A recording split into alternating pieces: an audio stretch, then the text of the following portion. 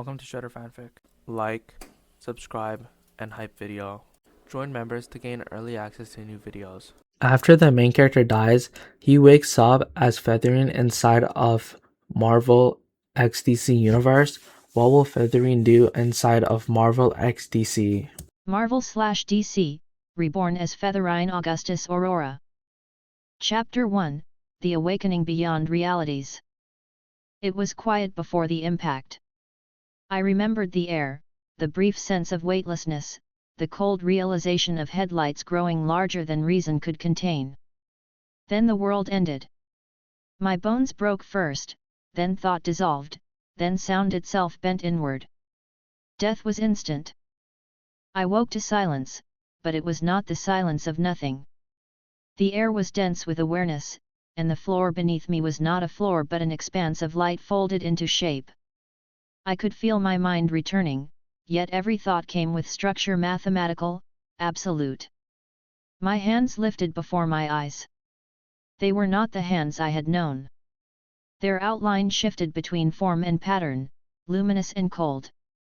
I breathed, but the breath did not move air. I saw nothing that was physical in the old sense, only a limitless white void layered with lines of color and thought. I understood what I was without needing to be told. My voice carried when I spoke, layered, melodic, controlled. So this is how she perceives existence. The sound echoed and returned, each echo revealing more structure to the space. I could feel information pouring into me, the truth of my current self. Featherine Augustus Aurora. The witch of theater going, drama, and spectating. Observer. Author. An entity whose consciousness functioned as script and creation both. Emotion followed thought.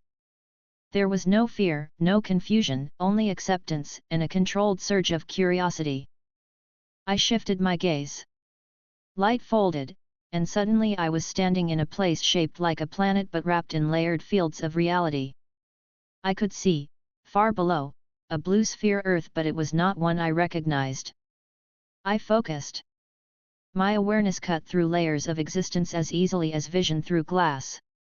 I saw New York, and I saw Metropolis. I saw Stark Tower and the Hall of Justice standing on the same world. The energy signatures were incompatible by logic, yet here they coexisted without rupture. Marvel. DC. Two universes stitched together into a shared continuum. I felt the currents of both sources blending. The presence existed, but so did the one above all. Both coexisted as dual manifestations of the same upper concept. Darkseid's power pulsed from the fiery world of Apocalypse, and Thanos' intent drifted like a weight across the void between stars. The multiverse was stable but tense. A balance of cosmic wills. My mind processed all of it in less than a moment. I turned slowly, and the light shifted again. Behind me, a shape emerged. It was a chair made of transparent crystal, hovering above the floorless space. I sat, and the motion carried an authority I recognized instinctively. I was not bound to time, nor matter, nor rule. My memories from before the human life, the death, were still there, but they felt smaller, as if part of another fiction. My existence now was complete. I stretched my hand outward. The void trembled.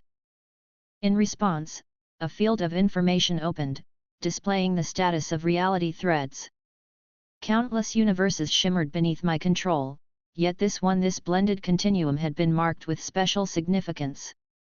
Observation points scattered across it, the Avengers, the Justice League, cosmic entities, divine forces, all active. I leaned forward. My eyes, though ageless, traced their movements like one reading a script written long before performance. This world maintains fragile equilibrium, I said softly.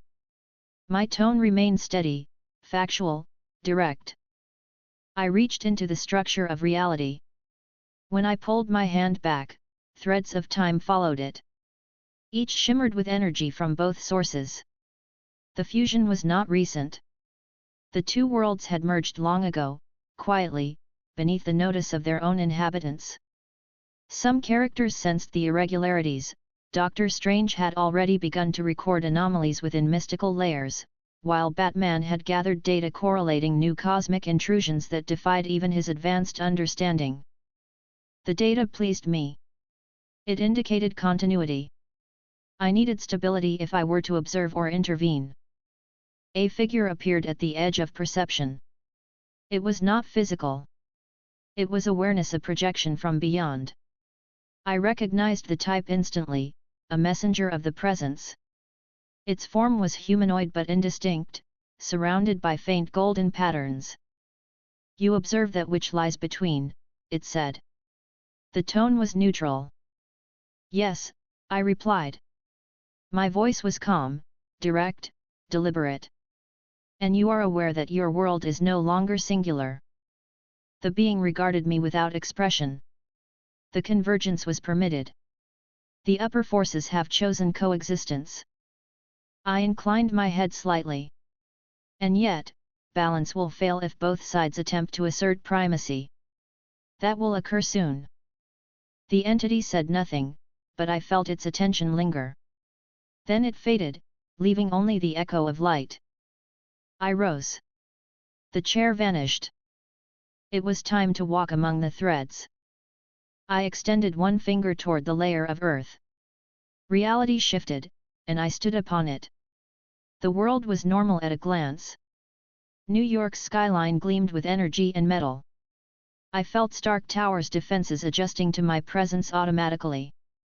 They could sense my existence even if not fully comprehend it. I moved through the city unnoticed, appearing as a tall woman with long silver hair and eyes of faint violet hue. My form radiated calm. Every step adjusted the rules of matter so that nothing disturbed my presence. As I walked, I observed the flow of human life. They lived unaware of the structure around them. In the distance, I could sense energy fluctuations. Stark working within his laboratory, Dr. Banner conducting tests, Thor's presence lingering near Asgard's gate. And above the city, I felt Superman crossing the atmosphere. Their coexistence was not chaotic. They operated in divided territories but occasionally crossed paths when universal threats arose. I stopped at the edge of a park. Children played nearby, and a man sold food from a small cart. The scene was peaceful. I looked upward. In the sky, subtle distortions revealed the multiversal barriers. They were thinning. That was what concerned me most. I spoke softly. If left unchecked, entities like Darkseid and Thanos will attempt to exploit this weakness. The air shifted. Someone had noticed me. "Lady, are you talking to yourself?" The vendor looked at me, puzzled. I turned toward him, my expression calm. "No. I was addressing the air." He laughed awkwardly and went back to his work. My senses expanded again. Somewhere across the cosmos, Darkseid sat upon his throne, silent, calculating. His intent was absolute domination through the anti-life equation. In another distant corner, Thanos studied the Infinity Stones, considering their combined force. Their goals paralleled but conflicted. Both would one day seek the same end: control over existence. If they clashed, universes could collapse. I considered intervention. My power allowed manipulation of narrative and causality, yet I followed my own rule: observation first. Direct interference would only invite instability. Still, I could influence without revealing intent. I moved again. Reality folded, and I appeared within the watchtower orbiting Earth. The Justice League was gathered. Superman stood near the central console, speaking to Batman and Wonder Woman. His tone was composed but cautious. "Strange readings across the multiverse barriers," he said. "They're fluctuating more often. We can't trace the cause." Batman's voice was low, measured. "Our sensors aren't calibrated for this scale. The readings match neither magical nor cosmic patterns." I stepped forward from the shadows. "That is because they belong to both." Instantly, the League turned toward me. Their reactions were immediate. Wonder Woman's hand went to her sword, Batman's stance shifted defensively, Superman stepped forward slightly. "Who are you?" Superman asked firmly. I met his gaze. "Featherine Augustus Aurora." The name carried weight. Not because they knew it, but because it resonated in the structure of existence. They felt its gravity even without comprehension. Batman scanned me with his cowl sensors, but the readings returned nothing. No data. "She's not from this continuum." "You are correct," I replied. "Your universe is no longer singular. It has merged with another. The imbalance you detect is the result of this fusion." Superman frowned. "Merged with another universe? How is that possible?" "By consent of the highest entities," I answered.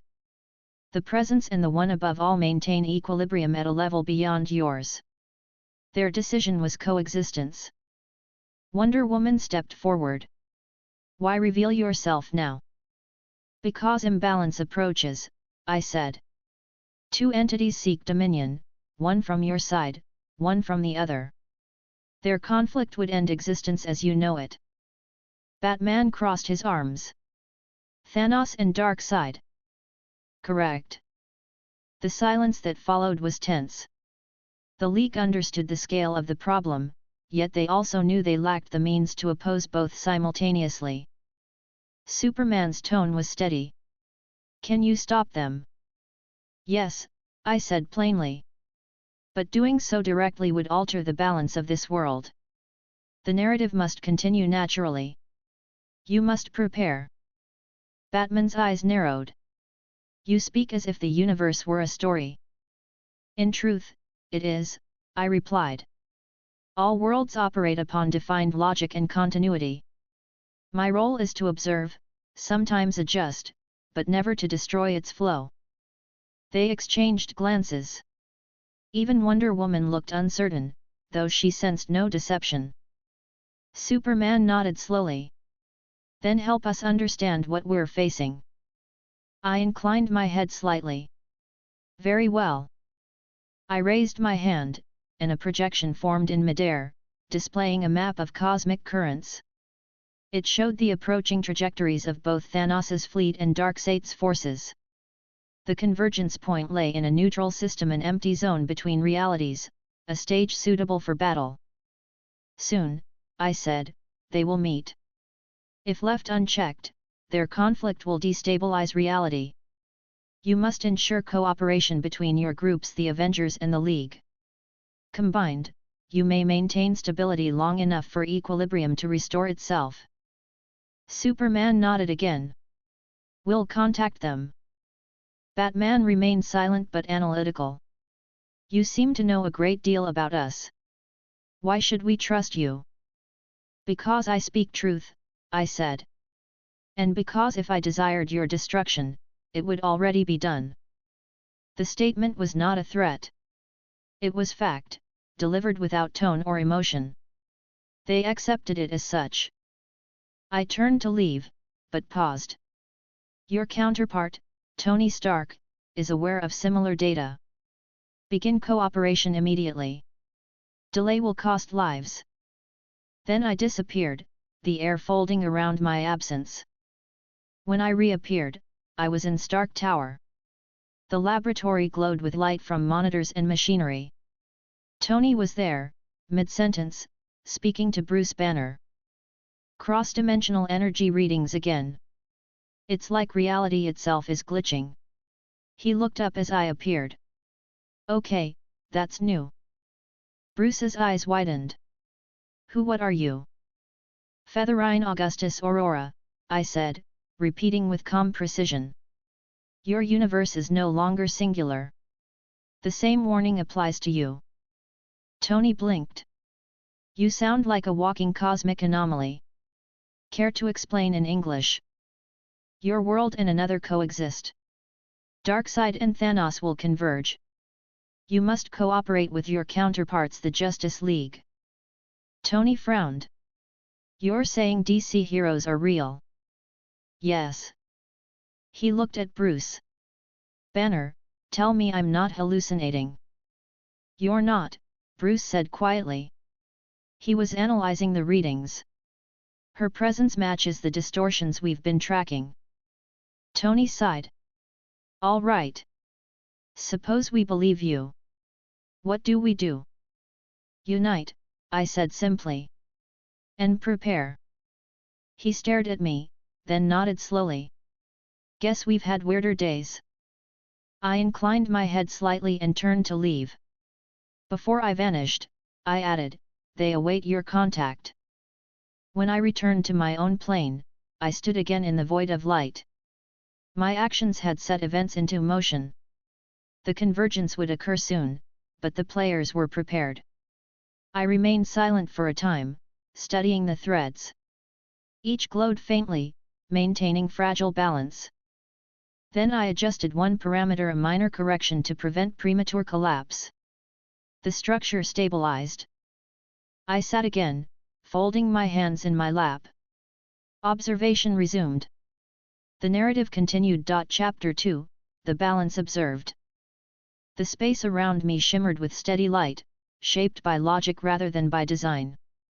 I remained seated upon the transparent chair, hands folded upon my lap, observing the countless threads of reality displayed before me.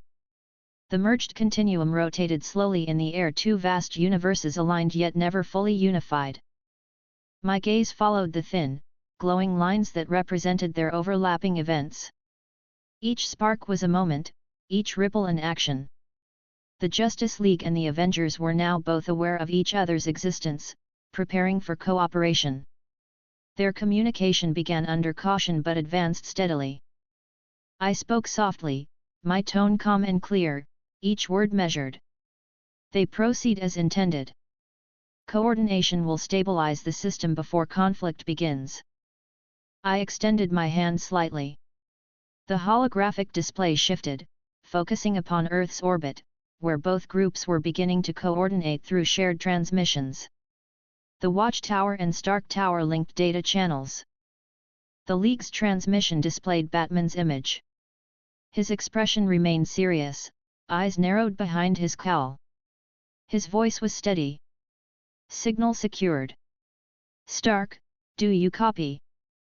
Across from him appeared Tony Stark's face, composed, calculating. Loud and clear, pointy ears. Looks like your system's security doesn't like our protocols, but we'll manage. Batman's reply was concise. You'll send your energy readings and distortion analysis. We'll compare them with ours. Already sent, Tony said while adjusting controls on his end. Your friend with the sword there looks like she's about to cut through the screen. Wonder Woman leaned slightly forward. You may focus on your data. We are not here for mockery. Tony smiled faintly. Noted. Their exchange maintained expected tension, but cooperation formed nonetheless. I watched without comment, allowing the communication to stabilize. My awareness expanded outward again, tracking additional layers. Across the globe, heroes began aligning operations to prepare for potential cosmic invasion. In the upper layers, the cosmic entities themselves watched. The living tribunal's faint presence shimmered briefly in the distant void, while the specter's energy pulsed faintly through divine dimensions. Both remained still, observing as higher powers would. I adjusted one minor equation within the structure, ensuring no premature interference. My movements were minimal. The holographic display reoriented to follow the evolving preparations on Earth. Superman stood in the watchtower, monitoring planetary defense alignments. His voice was calm. All communication links are stable. Avengers Tower reports completed data synchronization. Batman examined the readings. The merged energy field shows fluctuation near interdimensional corridors. Possible entry points. Cyborg's mechanical eye glowed brighter. I can reinforce the firewall to block dimensional breaches, but we'll need external power support. Wonder Woman looked toward him. Could the Asgardians provide that? Thor's voice came through the channel. Indeed, we shall. The Bifrost energy can stabilize spatial tiers temporarily. Heimdall stands ready. Superman nodded. Good. Maintain contact.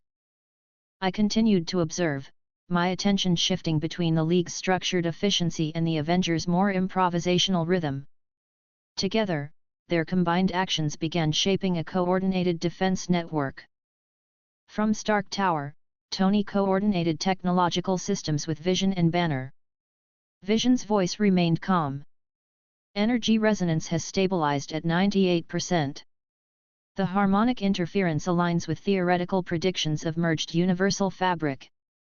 Banner reviewed the readings. That means Featherine's claim was accurate. Tony responded while tightening a circuit. Yet. So we better make sure our world doesn't collapse into hers. Vision adjusted his position. Both universes share structural parity now. Intervention from external entities may determine the outcome. Tony exhaled quietly. I don't like external entities making decisions for us. Their exchange reflected their personalities clearly: logic, caution, and pride. I monitored it carefully. It was necessary to maintain them within stable boundaries. Within my upper observation layer, small distortions appeared, unintended ripples caused by the merged divine hierarchies. I raised one hand and stabilized them with minimal effort, restoring clarity. I spoke quietly to myself, minor interference contained. Further below, I watched as Superman coordinated with Captain America directly through the communication network. Captain America's expression appeared on the central screen. We've deployed SHIELD and Wakandan satellite coverage. If Thanos or Darkseid mobilize, we'll detect it early. Superman's voice was calm and respectful. Your efficiency is appreciated. We will link our orbital systems to share immediate alerts. I'll relay that to Fury, Steve replied. Wonder Woman stepped closer. Have you determined their possible entry path? Captain America nodded slightly. If the readings are correct, both fleets are moving toward an uninhabited system, coordinates matching neither of our known star maps. Looks like that's where they'll meet. Batman's tone remained steady. We should send reconnaissance. Both sides observing could yield better preparation. I agree, Steve said. We'll deploy one unit from each team. I shifted my gaze slightly. Their cooperation grew, cautious yet efficient. The sequence was stable. My task was to ensure that stability continued until both cosmic threats reached confrontation. I turned my eyes upward again, beyond the physical layer. The presence and the one above all remained unseen, their awareness stretching through infinity. Their stillness indicated approval of my current actions. Returning to lower perception, I observed subtle anomalies in the merging timeline. Two smaller universes' fragments connected through magic had begun blending into the structure. Constantine's spell work at the edges of dimensional space and Strange's experiments with the multiverse boundaries had unintentionally created auxiliary pathways. I watched both men simultaneously. In London, John Constantine lit another cigarette, staring at the flickering sigils across the wall. Bloody readings keep shifting, he muttered. Can't tell if this is heaven's mess or something new. Nearby, Zatanna examined the spell formation. It's both. The laws of magic themselves are fluctuating. Constantine frowned. You think this has to do with those cosmic lot the League's talking to? Yes, Zatanna replied. Our universe isn't just merging physically. Even conceptual structures are overlapping. Constantine exhaled smoke slowly. Then we're all in trouble. Meanwhile, in the Sanctum Sanctorum, Doctor Strange studied his dimensional map. The cloak of levitation hovered quietly behind him. Wong stood near the doorway. The convergence has expanded, Strange said. Our dimension's border layers are folding over identical structures. Wong's tone was calm. Can it be reversed? Strange shook his head. No. Not without destroying both. We must adapt. Their awareness of the situation aligned with expectation. My observation confirmed correct progression. I altered my focus again to the cosmic level. Darkseid's fleets had begun mobilizing from Apocalypse, and Thanos' forces were moving from Titan's ruins. The two trajectories would meet within several cycles. The Avengers and the Justice League would soon deploy reconnaissance. I lifted my hand and issued a minor correction, ensuring both groups discovered the same coordinates simultaneously to avoid imbalance. My adjustments required precision. I recalibrated the underlying causal logic, then withdrew. Below, Superman received the transmission first. Cyborg's voice accompanied it. We've got a lock on a distant system. Energy signatures match both fleets. Superman's tone was firm. Prepare for launch. Contact the Avengers immediately. At Stark Tower, Tony received the same coordinates. He looked toward Steve. We got a match. Looks like we'll see our new friends up close. Steve nodded. Then we'll meet them there. Preparation advanced efficiently. I remained silent, hands folded. Emotion stirred faintly within me, not sentiment, but satisfaction at the balance achieved. The merged continuum functioned with relative order. I observed further developments. Batman coordinated flight trajectories, Wonder Woman checked weapon systems, and Superman ensured interplanetary travel alignment. Across the other side, Stark adjusted his armor's energy frequency to handle multiversal interference, while Thor summoned Bifrost parameters. When both groups departed simultaneously, I adjusted perception to watch their paths converge. Their ships entered the neutral system's edge within minutes of each other. The Avengers' Quinjet modified for spaceflight glowed against the void, while the League's transport advanced from the opposite side. Upon arrival, they stabilized orbit around the barren planet below. Communication opened instantly. Superman's image appeared on the Avengers' screen. We've arrived. The energy signatures remain distant but stable. Captain America responded. Same here. We're reading faint pulses from two directions. They're still approaching. Thor adjusted his grip on Mjolnir. The storm gathers. Tony checked his readings. One's definitely Thanos. The other, you guessed it. Batman's calm voice came through the link. Darkseid. Both teams began tactical coordination. I observed each move precisely, monitoring the equilibrium. My role was not to interfere further but to ensure the progression unfolded without collapse. I leaned slightly forward in my chair, maintaining perfect stillness. My expression remained neutral. The light around me brightened faintly as I refined the observation filter. Energy spikes confirmed the cosmic fleet's arrival range. The gravitational distortion indicated magnitude beyond planetary measure. I ensured that containment fields across the multiverse layers held steady. From his ship, Thanos stood near the viewport, watching the stars. His expression was as it had always been, cold, analytical, driven. The Infinity Stones embedded in his gauntlet pulsed with faint light. He spoke to his lieutenants in a controlled tone. Darkseid approaches. Prepare for negotiation or eradication. On Apocalypse, Darkseid's red eyes glowed with steady intensity. Let him come, he said to Darkseid. Power will submit to will. Their convergence neared. I observed every motion, calculating outcomes. Earth's heroes stood ready, yet would not interfere until the cosmic balance threatened collapse. That boundary remained critical. Minutes extended into hours within the flow of universal time. My perception tracked the simultaneous preparations across all planes. The presence's faint awareness lingered above, still unspoken but observant. The one above all's presence mirrored it from the opposite layer. Neither acted. Both waited. I maintained my focus, ensuring that the line of balance remained unbroken. Minor temporal anomalies emerged as the energy fields of both cosmic entities collided in distant space. I raised one hand and stabilized them instantly, neutralizing the possibility of destructive interference. The light around me steadied. "The balance remains," I said quietly. On the monitors, both fleets halted. Darkseid and Thanos met at the Void's center, their forces arrayed behind them.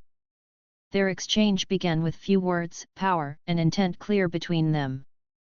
"You seek control," Thanos said evenly. "I seek inevitability," Darkseid replied, his tone low and absolute. "You seek meaning where there is none. Submit." Their conversation continued with mutual assessment, tension sharp but contained. Their conflict would determine dominance but not yet outcome. I watched silently. My intervention was no longer required. The heroes' unity, the balance of divine forces, and the stable convergence all functioned within acceptable parameters. The cosmic scale settled into temporary order. I relaxed slightly, letting my awareness span the entire continuum again. The merged universes continued functioning as one. The Earth maintained its motion, its inhabitants unaware of the vast tensions above them. I remained within the upper plane, the endless white void steady and silent. My eyes followed the faint glow of intersecting threads as they shifted smoothly into synchronization. I raised my hand one final time for the moment and adjusted the field slightly. The energies of both universes stabilized further, ensuring continued coexistence through the coming conflict. Then I lowered my hand, silent once more. Chapter 3, Observation upon Earth. The light folded, and I stepped into the world below. My feet touched the solid surface of a street in New York City. Air brushed against my face, warm from the sun that reflected off the high towers of metal and glass. The sound of vehicles filled the background with constant rhythm. I walked forward. My appearance was that of a tall woman with long silver hair and violet eyes, wearing a clean white coat that reached my ankles. To anyone passing by, I was human. I kept my presence controlled. Energy signatures adjusted to human levels so that even the most advanced sensors would not react in alarm. I looked upward at the skyline and recognized the distinct structure of Stark Tower. It stood firm among the surrounding buildings, its surface gleaming. The city's population continued their lives unaware of the fragile balance of existence above them. I began walking toward the tower. Each step was measured, steady, unhurried. People passed me, speaking, laughing, or hurrying across intersections. Their noise filled the air, a reminder of how grounded this plane remained. When I reached the tower's entrance, I raised my hand and pressed the access panel. Security sensors scanned, then accepted the signal I allowed them to perceive. The door opened. Inside, the lobby was bright, minimalist, and quiet. A security attendant behind the counter looked up. "Good afternoon, ma'am. Do you have an appointment?" I met his eyes. "Yes." He nodded automatically, the response influenced by my tone. "Go ahead. Elevators to your right." I stepped inside the elevator, pressed the button for the top floor, and waited. The machinery moved smoothly upward. I could feel the flow of energy through the building, precise and balanced, powered by Stark's arc reactor systems. When the doors opened, I stepped into a wide laboratory filled with screens and mechanical equipment. Tony Stark stood near one of the workbenches, wearing the red and gold armor's gauntlet on his right arm, tools in his left hand. Bruce Banner was at a nearby console, monitoring readings. Vision was present as well, standing still near a transparent interface of light. Tony turned when he heard the elevator sound. "That's not a scheduled visitor," he said. His eyes narrowed slightly. "Who are you?" "Featherine Augustus Aurora," I said calmly. Bruce looked up. "We've heard that name before." I nodded once. "I am observing." Tony frowned, wiping his hands with a cloth. Observing what, exactly? The consequences of your world's coexistence, I said. Your decisions influence balance across all planes. I must ensure stability continues. Tony's gaze shifted. You said before you were only watching. Now you're here. Observation requires proximity, I replied. My voice remained steady. The cosmic conflict progresses. Earth's reactions are part of its outcome. I need direct awareness. Vision moved slightly. Your power signature is beyond measurable range. How are you concealing yourself from universal detection? I adjusted the governing parameters of perception, I said. Your sensors cannot exceed the limits of this narrative frame. Tony looked at Banner. Translation. Banner exhaled slowly. She's not just out of our league. She's out of everyone's league. Tony's expression tightened. So what are you planning to do now that you're physically here? Nothing invasive, I said. I will remain within this world's surface environment to monitor human activity and reactions. You may proceed with your preparations as before. Tony studied me closely, scanning with the device built into his gauntlet. The results came back empty. He lowered his arm slowly. Yet, you don't even register as a living being. I hate that. I am here, I said evenly.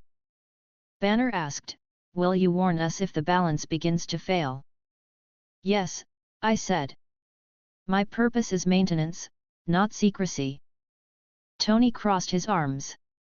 Fine. Just don't alter my tower while you're here. I will not. I turned toward the window. Outside, the city stretched endlessly. The movement of people below formed a steady flow of activity. I could see the pattern of energy lines through the streets, the electrical networks, the communication signals, the natural life force flowing within the human population. All of it synchronized into one living system. Tony walked up beside me. You're just going to stand there and watch? Yes. He sighed.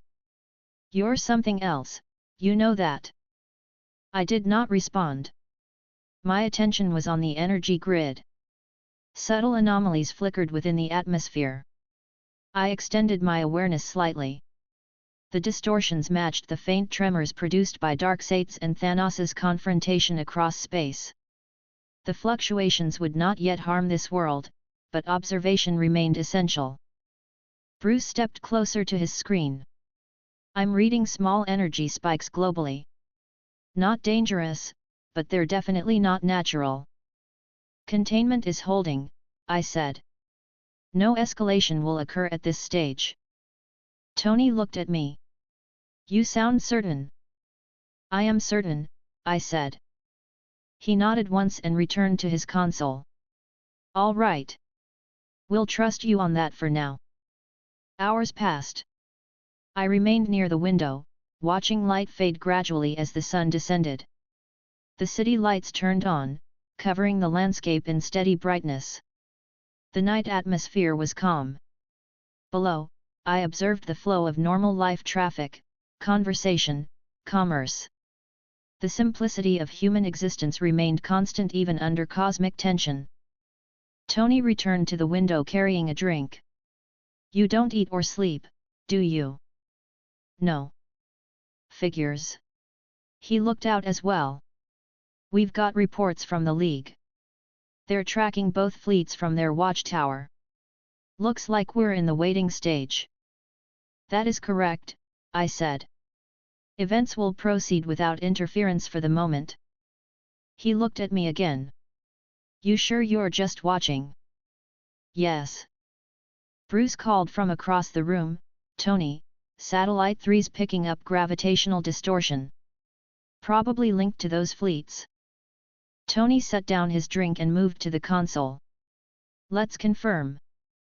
I followed silently. The data displayed matched my own awareness.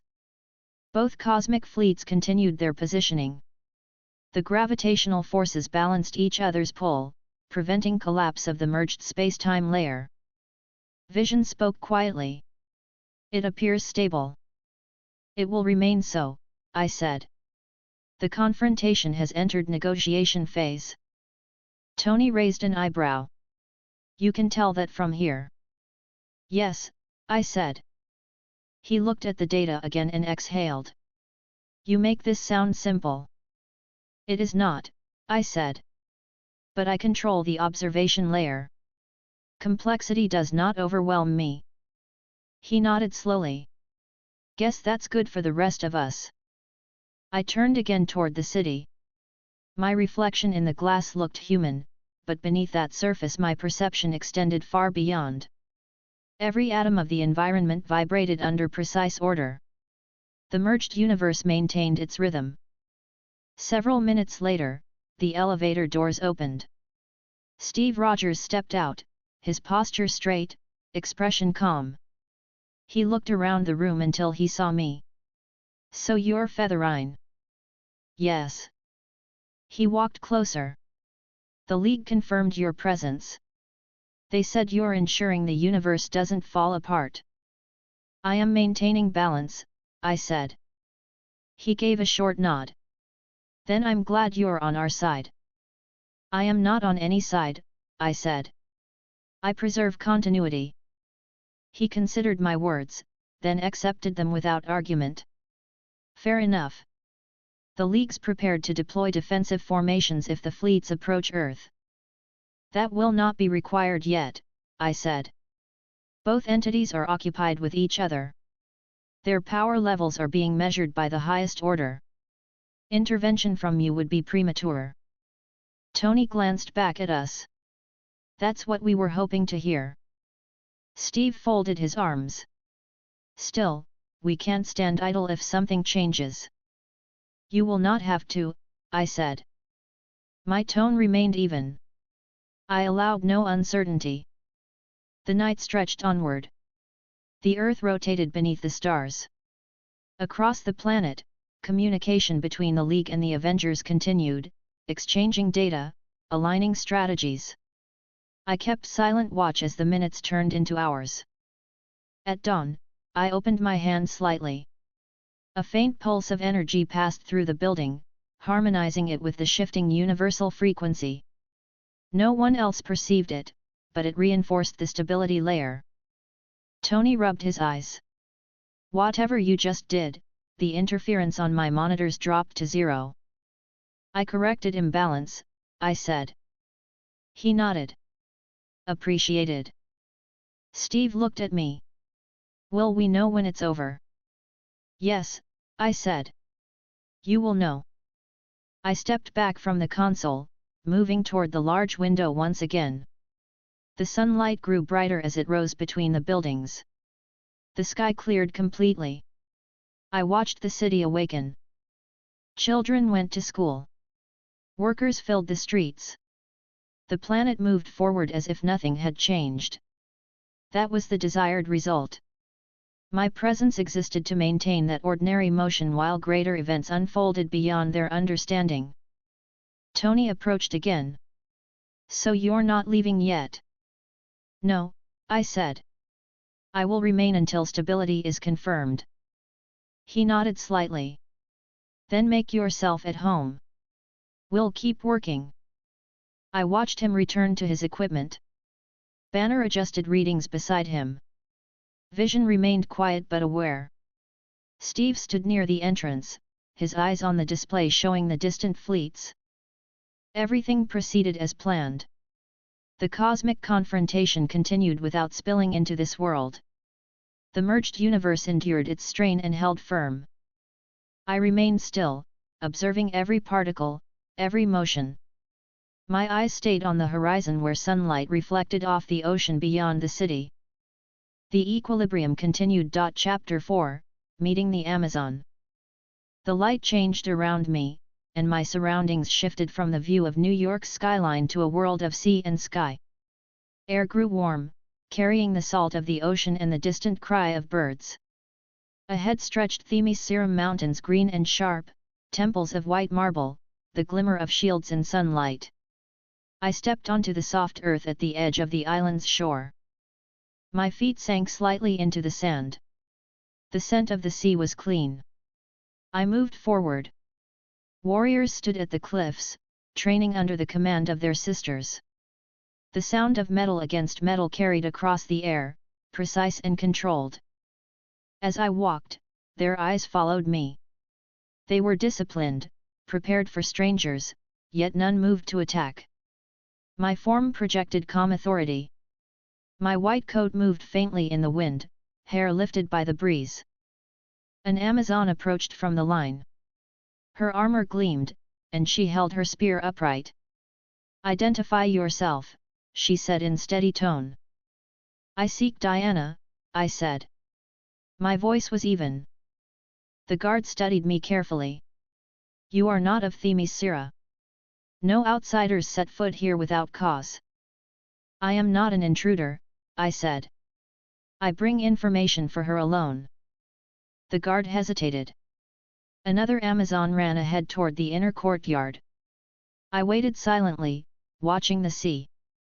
After several minutes, movement appeared from the distance. Diana of Themyscira, Wonder Woman, walked toward me from the stone steps that led from the central palace. Her armor reflected sunlight, and the sword at her side glimmered. Her expression was calm but cautious. "Featherine Augustus Aurora," she said. "You have chosen an unusual place for your visit." "This island offers privacy," I said. "Our conversation concerns balance." She nodded slightly and gestured for me to follow. "Then we will speak within the temple." I walked beside her along the stone path. Around us, Amazons returned to training but continued to glance in our direction. Diana led me into the main hall, a large space open to light, filled with carved columns and golden inscriptions. The floor was smooth marble. We stopped near the center. Diana turned to face me. "The others say you move freely between worlds. Why have you come here?" "Your world remains stable," I said. "But I monitor both universes. The conflict beyond continues, and I must ensure no influence disrupts this planet." She studied me quietly. "The League already works with the Avengers. You think their efforts are not enough?" "They are sufficient," I said. "However, you carry divine resonance through your origin. The merging of higher domains affects you more than others. I must verify your stability." Her brows drew slightly. "You mean my powers?" "Yes," I said. "Your lineage connects to divine frameworks within both universes. The merge creates overlapping authority fields.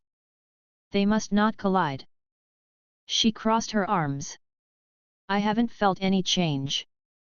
"That means your self-control is effective," I said.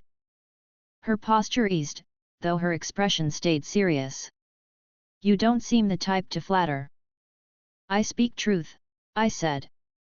Diana looked out through the open archway toward the sea.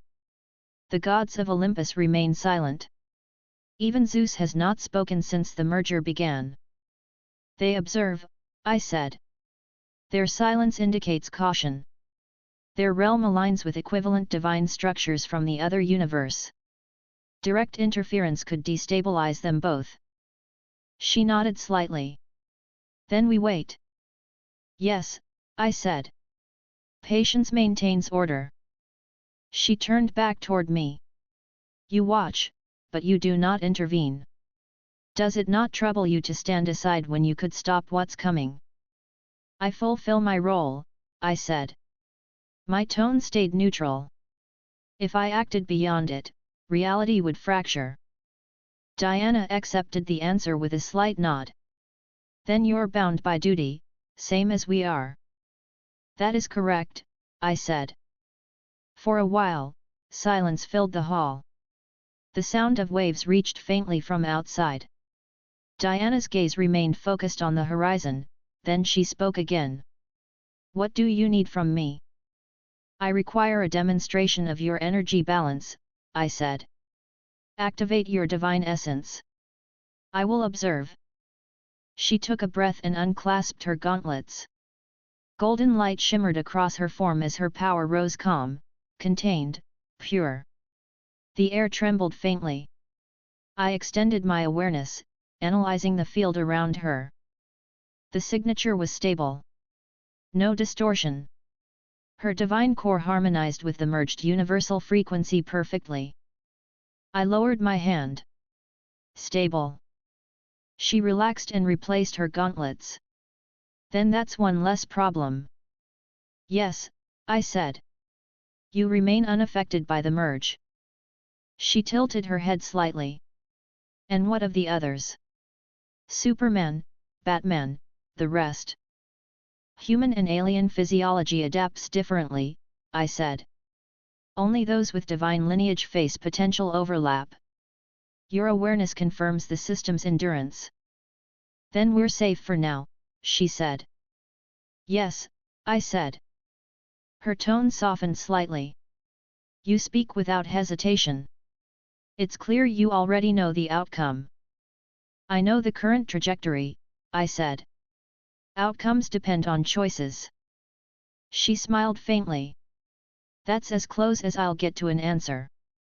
I inclined my head slightly. Another Amazon entered, bowed toward Diana, and said, My princess, the outer sentries report no anomalies.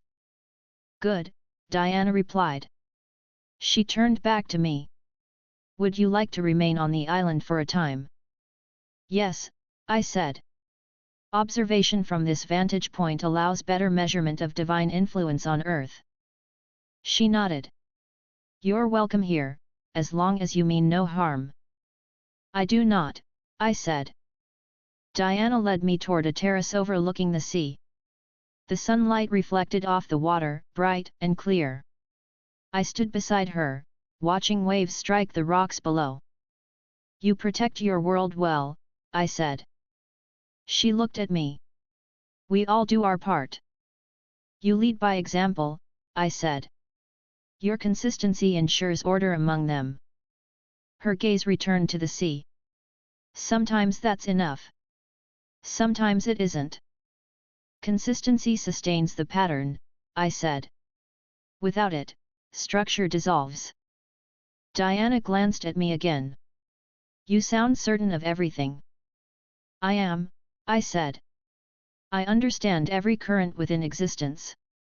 But understanding does not remove necessity.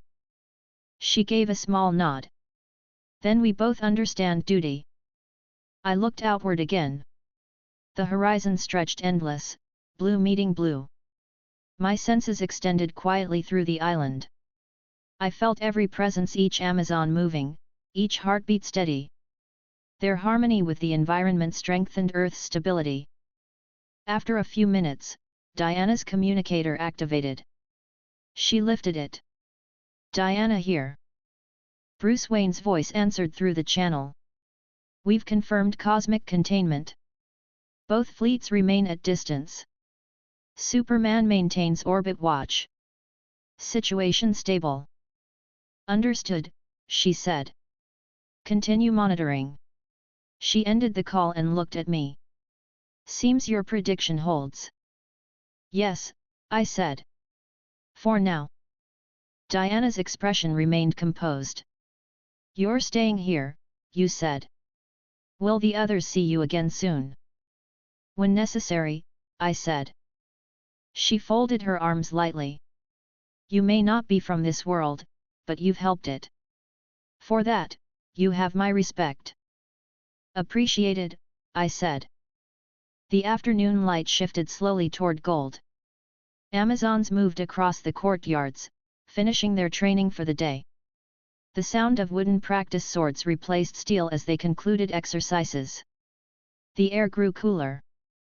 Diana and I stood in silence for a while longer. I watched the island's energy signatures, the divine resonance that flowed beneath the ground.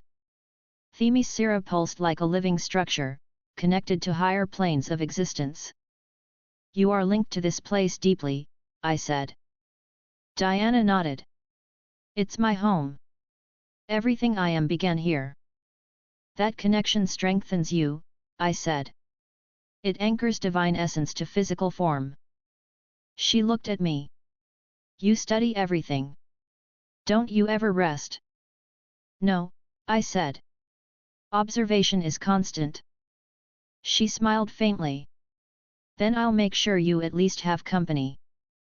We remained by the terrace as night began to fall. Torches were lit along the temple walls, casting steady light. The sound of insects replaced the birds. The sea darkened but remained calm. Diana spoke quietly. If either Thanos or Darkseid reaches this world, we'll fight. You will, I said. And you will not fail. She turned her head slightly. You're certain again? Yes, I said. I have seen your strength. You will endure. Her gaze softened. Then that's enough for me. An Amazon approached with 2 cups of water. Diana accepted one and handed me the other. I held it without drinking. She watched me for a moment.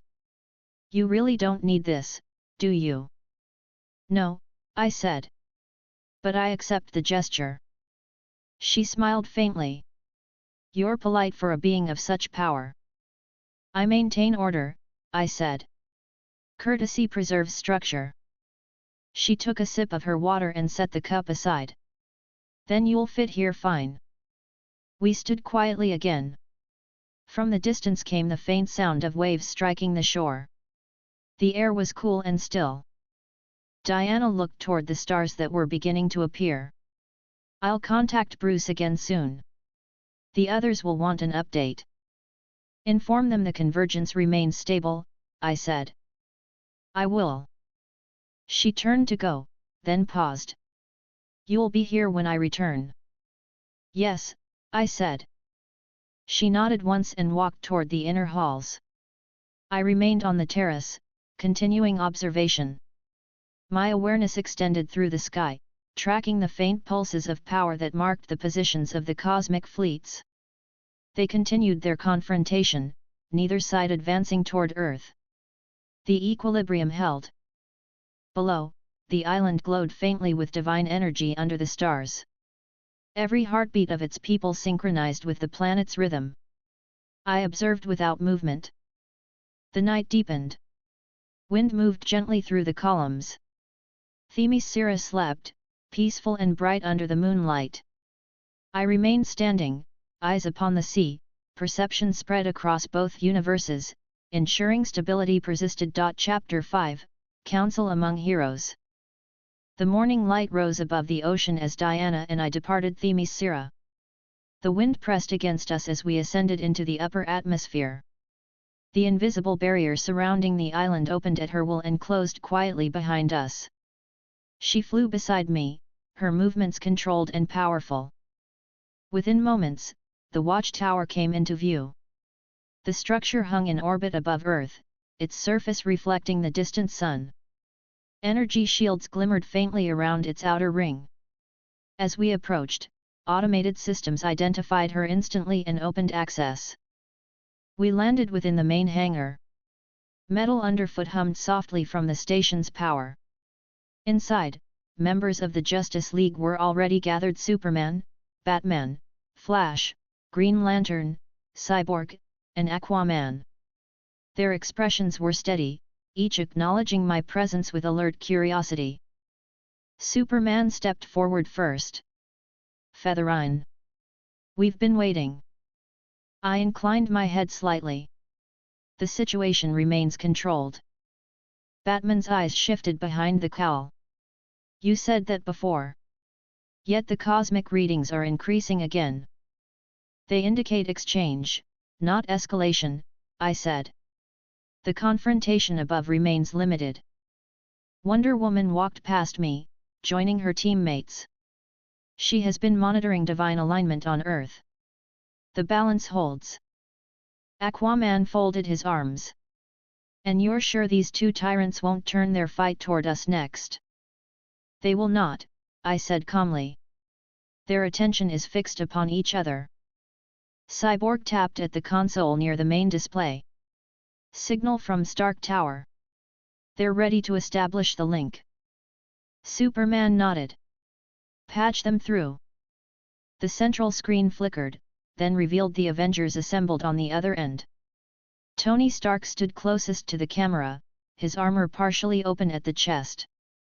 Behind him were Steve Rogers, Thor, Natasha Romanoff, Bruce Banner, Clint Barton, and Vision.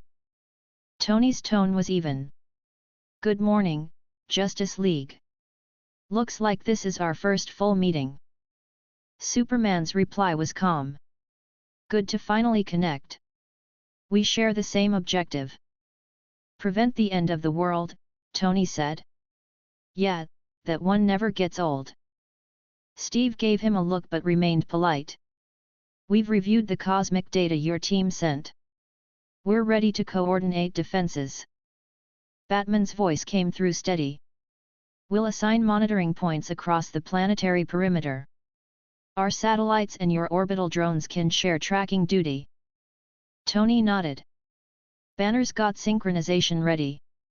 Cyborg, you'll be our point of contact." "Understood," Cyborg said. "I can handle data transmission on both frequencies." Thor's deep voice sounded from behind Tony. "If either foe attempts to breach realms, Asgard's Bifrost will answer." Wonder Woman stepped forward slightly. "And Themyscira will stand ready." Aquaman smirked faintly. "Atlantis too. No one's sinking this world without a fight." Steve nodded firmly. "Then it's settled. We fight as one world." Tony turned slightly toward me through the screen. "You're still watching from the high seats, I assume?" "Yes," I said. "Observation continues. Your coordination ensures minimal instability." Banner leaned forward. "Can you confirm that Darkseid and Thanos are still locked in negotiation?" "Yes," I said. "They exchange power measurements. No aggression yet." Vision folded his hands behind his back. "It appears they test dominance through display rather than conflict." "Accurate," I said. Tony exhaled quietly. "Then we hold position." Superman's voice stayed level.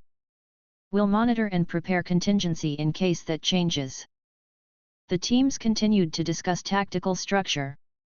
Cyborg transmitted schematics to Banner and Vision, integrating both universes' technology. Flash monitored communications flow to ensure no delay. I stood behind Diana, silent but attentive.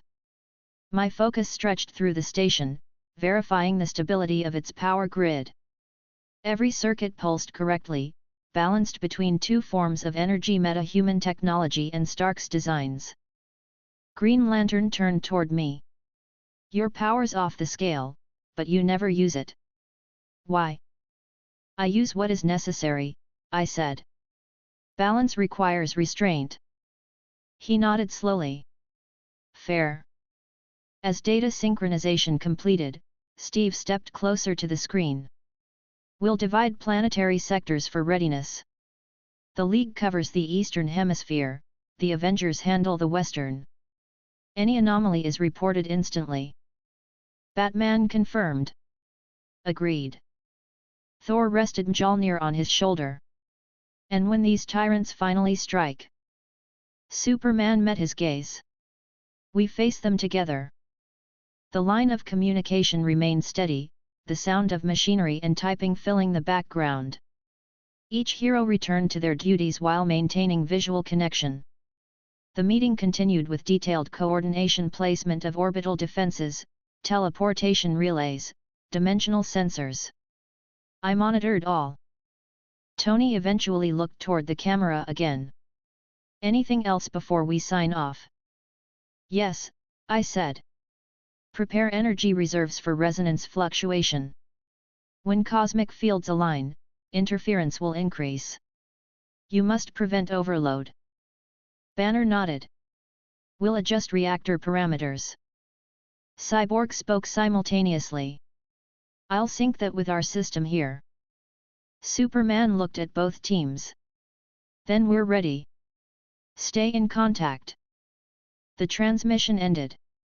The screen dimmed to black. The Justice League turned toward each other. Batman began typing commands into the console, confirming synchronization results. Diana stepped beside him. "Both teams are prepared," she said. "Yes," Batman replied. "But preparation is never absolute." "Still," Superman said, "this is better than facing them divided." Flash crossed his arms, grinning slightly. "I never thought I'd say this, but it's nice working with another set of heroes for once." Aquaman nodded. "As long as they don't interfere underwater, I'm fine." I observed silently as their conversation shifted to smaller details. Each of them displayed confidence suited to their nature. They accepted my presence without discomfort now, understanding my role clearly. Diana turned to me. "Will you remain here for the time being?" "Yes," I said. "This vantage allows direct supervision of both communication lines." She nodded. "Then stay as long as you need." I walked toward the large window facing Earth. The planet glowed blue and white below, surrounded by the void. I extended my awareness slightly. The energy surrounding it stabilized through the combined efforts of both teams. The frequency pulses from the cosmic fleets remained at a controlled distance. Behind me, voices continued. Flash was joking about Stark's humor, Batman ignored him. Cyborg adjusted sensors. Superman stood near the console with arms crossed, monitoring satellite data. After several minutes, an alert tone sounded. Cyborg looked up. "Incoming transmission from Stark Tower." "It's Tony." "Put him through," Superman said. The screen reactivated. Tony's image appeared again. He looked focused. "Quick update. Banner's readings show minor distortion near lunar orbit. Could be nothing, but we're checking." Cyborg's eyes glowed. Confirming, "Yeah, I'm seeing it too." Faint ripple. I extended my perception outward. The disturbance was small, a natural adjustment caused by cosmic energy flow. "Not a threat," I said. "Routine fluctuation." Tony exhaled. "Good. Hate false alarms." Steve appeared beside him on screen. "We'll maintain patrol anyway. Can't afford surprises." Superman agreed. "Understood. Keep us informed." The transmission cut off. The watchtower returned to its quiet rhythm. I continued to watch Earth. Time passed with calm steadiness. Eventually Diana approached me again. "They trust you now." "Trust is not required," I said. "They act as needed." She smiled faintly. "Still, it helps." "Perhaps," I said.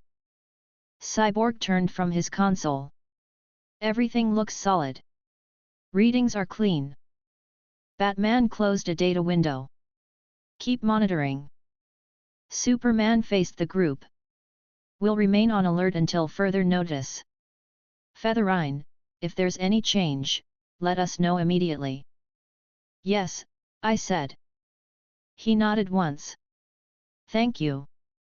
The team dispersed to their respective stations. Wonder Woman remained beside me. "Do you think they'll hold?" she asked quietly. "Yes," I said. "For now, cooperation sustains balance." She looked out at the stars. "Then we keep watch." "Yes," I said. The watchtower moved silently above Earth, its systems glowing in the dim light. The planet below remained calm, untouched by the immense conflict beyond its atmosphere. I stood beside the League, presence steady, eyes fixed upon the horizon of worlds. Chapter 6, Verification above all. I stood at the watchtower window until the data stream settled into a steady rhythm. The planet rotated below without deviation. The Justice League maintained their stations with routine discipline. The Avengers held position within their own command centers. Communication between them remained active and precise.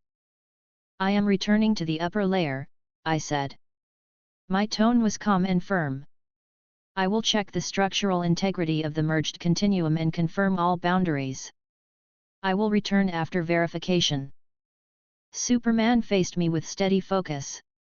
We'll hold this position. Batman nodded once from the console. Any change we should expect? No, I said.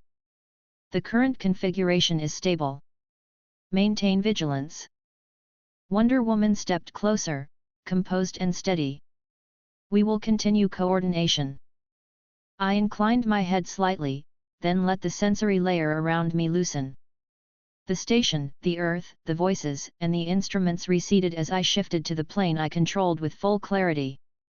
Light without source formed a clean, continuous field. I did not float and I did not stand, I existed at the focal point of reliable control. I allowed interfaces to open across the visible field. Each interface represented a boundary, a hierarchy, a law, or a rule in active use.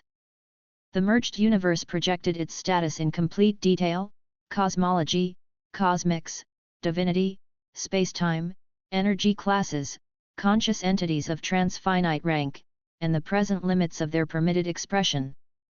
Begin full scan, I said quietly. The inspection unfolded without error. I viewed the seam where two original frameworks met. The seam was not a wound. It was a zone of negotiated equivalence sustained by acceptance from both upper authorities. On one side, the presence's will imposed unambiguous hierarchy over its creation. On the other, the one above all affirmed an unrestricted creative sovereignty that matured into consistent law through agents such as the living tribunal. Their combined consent allowed both sets of laws to share space without annihilation. I followed the line of enforcement. The spectre remained tethered to the presence, authorized to act as measurable judgment within his domain. The living tribunal upheld balance across the Marvel-side multiverse and extended impartial observation to this merged continuum with strict boundaries. Neither exceeded permitted range.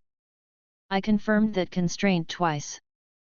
Confirm cosmic apex status, I said. The presence's acknowledgement registered as a complete, stable constant without voice or gesture. The one above all's acknowledgement carried the same finality. Neither required conversation. Neither relied on ritual. Both existed at equilibrium and recognized my function as oversight without conflict. I turned my attention to the active point of concern, the distant neutral system where Thanos and Darkseid maintained posture and measured each other's will and resources. Their forces remained arrayed. Their elites stood still. Their energies cycled in controlled cadence. No excessive output threatened the merged layer. I verified that their displays remained contained by their own choices. I noted slight turbulence at the edges of their range expected, ordinary, and already dissipating into the wide field with no risk. Integrity at 99.9 repeating, I said. Acceptable. I drew the field closer around Earth. I mapped the peripheral dimensions, the astral plane, the dreaming with restricted exchange, the bleed with limited corridors, the speed force preserved under strict containment, the quantum zone within its protected constants, the dark dimensions barrier set to guarded status, and the underworlds aligned to their own locks. Themyscira's divine veil registered as strong and uniform. Atlantis's shield maintained full depth. Wakanda's cloaks held. Latveria's complex fields remained isolated. Camartage reinforced thresholds with accurate rotations. The Rock of Eternity stayed centered in its station. All maintained compliance with the merged rule set. I checked magic directly. John Constantine's circles were intact with no corruption. Zatanna's invocations were calibrated to the new pronunciation rules of merged metaphysics. Dr. Fate stabilized the tower's vertical conduits. Dr. Strange kept sanctum anchors in phase. Wong enforced rotation schedule without lapses. No practitioner accidentally linked conflicting cosmologies. I allowed myself the smallest admission of relief: I prefer when competence reduces correction. I brought up the physics layer: gravitational constant unified, speed limit fixed, quantum fluctuation within variance ranges, entropic direction unchanged. Temporal rules were the most delicate, I traced them thoroughly. The time variance authority retained only a nominal foothold through a locked channel. The Lantern Corps' kernel protocols did not interact with it. The Flash family's kinetic temporal link remained internal to their own theory set and did not contaminate larger time streams. Doom's devices were offline for long-range time displacement. Stark's temporal research remained suspend only. Pym's realm crossings remained literal rather than causal. No unauthorized paradoxes formed. I logged a clean result. I opened a separate view for Earth's social layer. Coordination between the League and Avengers had ripple effects across governments and hidden agencies. SHIELD had raised its alert tier but refrained from overstretch. ARGUS implemented a defensive posture that did not interference test the other side. The United Nations kept its committees in session but did not declare open emergency law. Themyscira had not shifted to wartime. Asgard remained at controlled readiness. Atlantis abstained from provocation. All behavior aligned with ordered caution. A small pulse reached my field. It was not alarm. It was a request to confirm standing authority from 2 enforcement agents with jurisdiction across layered law. I opened the link. The living tribunal's presence manifested as a complete adjudicative constant. Its threefold face did not speak. It rendered binary clarity, continue or halt. I accepted the query and replied in simple terms. Continue. The merger holds. Upper approval persists. No violation. The tribunal accepted the statement. Its gaze passed beyond me to verify external consent. That consent remained true. It did not challenge. It did not subordinate. It recognized jurisdictional parallel and maintained its post. The specter's awareness pressed from a different axis. It carried the presence's sanction and sought grounds for judgment upon wickedness at cosmic scale. I returned data in plain order. No act merits corrective judgment at this moment. Restrain force. Watch. The spectre paused. The will behind him did not argue. He withdrew to neutral position within his own creation. I closed both channels with straightforward acknowledgement. I expanded my inspection to the furthest borders that still counted as inside. The overvoid pressure remained outside. I set a rigid lock across any interface that might have leaked into author-level abstraction beyond my purview, then I checked my own lock for accuracy. It was intact. I accepted the result. Proceed to stress simulation, I said. I introduced a contained, non-destructive test impulse across the seam. The system returned a clean, equal response. The seam did not buckle. The 2 cosmologies flexed and returned to baseline without bleeding priority. I repeated the test in different frequencies to mimic extremes, divine clashes, cosmic scale annihilation events, reality stone type manipulations, anti-life propagation patterns, and speed-based timeline compression. Each response arrived within expected parameters. I saved the outputs and set them against live conditions. The match was precise. I allowed myself a short breath, not for need, but as acknowledgement of completed work. I directed one more line of verification at Earth's moon. Banner and Cyborg had flagged a ripple earlier. I drilled into the residue, a benign interference wave from the distant fleet's trial outputs. Harmless. I smoothed the last edge so the Watchtower and Stark Tower would read completely clean data, then I took my attention to New Genesis and Apocalypse. Highfather maintained watch and did not interfere. Darkseid respected his own process. I checked Titan's scars where Thanos liked to reflect. The world's residue did not infect current operations. I confirmed and moved on. A dim flicker approached the boundary. It was not an invasion. It was interest from beings who wandered where interest gathered, the celestials on one axis, the endless on another. Both observed without testing. I held up a firm, impersonal limit. They did not contest it. I let the observational chair form beneath me for convenience. I did not need it, but I accepted its function as an interface for layered analysis. I folded my hands and reviewed the timeline entries the heroes had produced since my departure. Superman led with consistency. Batman oversaw both security and contingency. Wonder Woman balanced command with solidarity. Flash handled volume communications faster than any relay. Green Lantern kept sector coverage with will-based steady output. Aquaman held the oceanic zones without burden. Cyborg performed clean integration.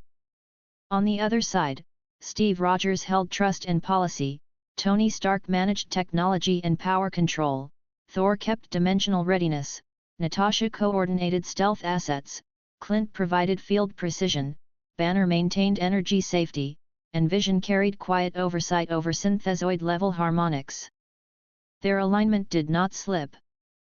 I opened a low-band transmission to both command nodes with a single statement that did not flood civilian networks. Verification complete. Merger stable. No hostile cross-priority. Continue current plan. I kept the channel open just long enough for receipt confirmation. Stark replied within half a second with a recorded copy. Batman answered with a coded tone. I closed both lines. I brought up the distant confrontation once more. Thanos raised a hand and ceased a minor output. Darkseid turned his head and resumed an even stare. Neither bowed. Neither escalated. Their fleets adjusted formation without launching. The neutral system absorbed the pressure and remained intact.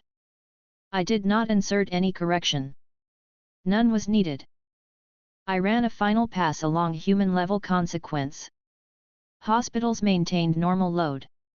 Transportation did not exceed tolerances. News cycles showed elevated attention, but information spread remained short of panic. Schools remained open in most countries. Themyscira conducted daily training. Atlantis patrolled currents and kept order. Camartage rotated watch in 8-hour shifts. The Hall of Justice carried in-person visitors without revealing restricted data. Avengers Tower and the compound balanced media pressure with standard protocols. All moved through an ordinary day under extraordinary sky, and the sky did not fall. My inspection was complete. I dismissed the overlays and stood. I did not need time to prepare for re-entry to the watchtower. I returned at once. The hum of the station's systems came back, along with the steady presence of people doing their work. Cyborg lifted his head. Signal latency just dropped. Did you tweak something? Yes, I said. I removed a residual wave near the moon. Your readings will show full clarity. He smiled a little. Thanks. Batman looked up from his position at the console. Status. Complete verification, I said. Integrity confirmed. The seam is resilient. The merged laws are in agreement. Both upper authorities maintain consent. The Tribunal and the Spectre sustain their jurisdictions without conflict. No violation. Superman nodded slowly with visible relief. That's good to hear. Wonder Woman stepped forward, her shoulders easing. Then we continue as we are. Yes, I said. Both teams will maintain alert coordination. If a change occurs, I will issue an immediate statement. Flash leaned on the back of a chair, eyes bright. I'll keep the channels clean. Green Lantern tapped his ring with a steady rhythm. I can expand the shell over the satellite network for a little extra cushion without tripping anything. Do so, Batman said. Document output. Thor's voice arrived over the line from the Avengers channel moments later.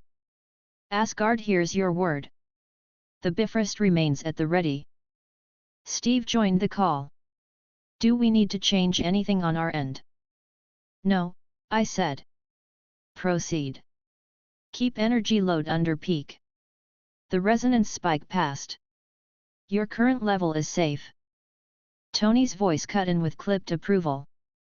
Copy that. Banner, lock the new ceiling. Vision, maintain the harmonic profile. Done, Banner said. Maintaining, Vision confirmed. I stepped aside so the League could continue their rotation. Wonder Woman walked with me to the viewing pane. Earth turned beneath us with slow, exact motion. You went higher, she said. How did the gods respond? By remaining still, I said. Their stillness is approval. They will not interfere without cause. She let out a quiet breath. Good. I watched her trade nods with Superman and Batman. They did not need speeches. They adjusted their posture and returned to work. I prefer that rhythm. It reduces unnecessary variables. Do you require anything further from me at this moment? I asked.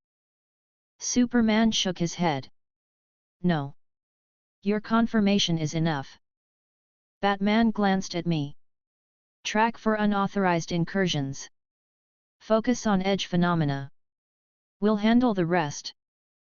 Yes, I said. Aquaman moved to the side displays to review undersea telemetry. Flash began relaying ground support updates from the League's broader network. Cyborg pushed a set of calibration instructions to Banner and Vision. Green Lantern left to patrol a high-orbit shell. The station settled into calm function. I kept my presence minimal and my attention wide. I followed the edge between dimensions and ran slow, continuous checks. I did not feel strain. I did not mark time with impatience. I recorded everything and left no gaps. A small alert pinged from Stark Tower routine, not urgent. I accepted it. Natasha had flagged a cluster of misinformation posts trending through civilian networks. It was not dangerous, but it could escalate people's stress. I limited the algorithmic spread by lowering the cross-platform correlation. No one noticed. The change protected stability while respecting free flow. Natasha archived it and moved on. Another alert chimed from A.R.G.U.S secure, internal. They had received a proposal from a fringe researcher about weaponizing anomalies. They denied funding quickly. I marked their choice as correct and applied no pressure. Choices should stand on their own when possible. In Camartage, Strange adjusted a containment ward at a minor lay juncture. He paused and looked up with controlled curiosity. His eyes did not find me, but his senses adjusted to the absence of weight along the ward's line. He nodded once to himself and continued. I let him work without interruption. He deserved the clarity he earned.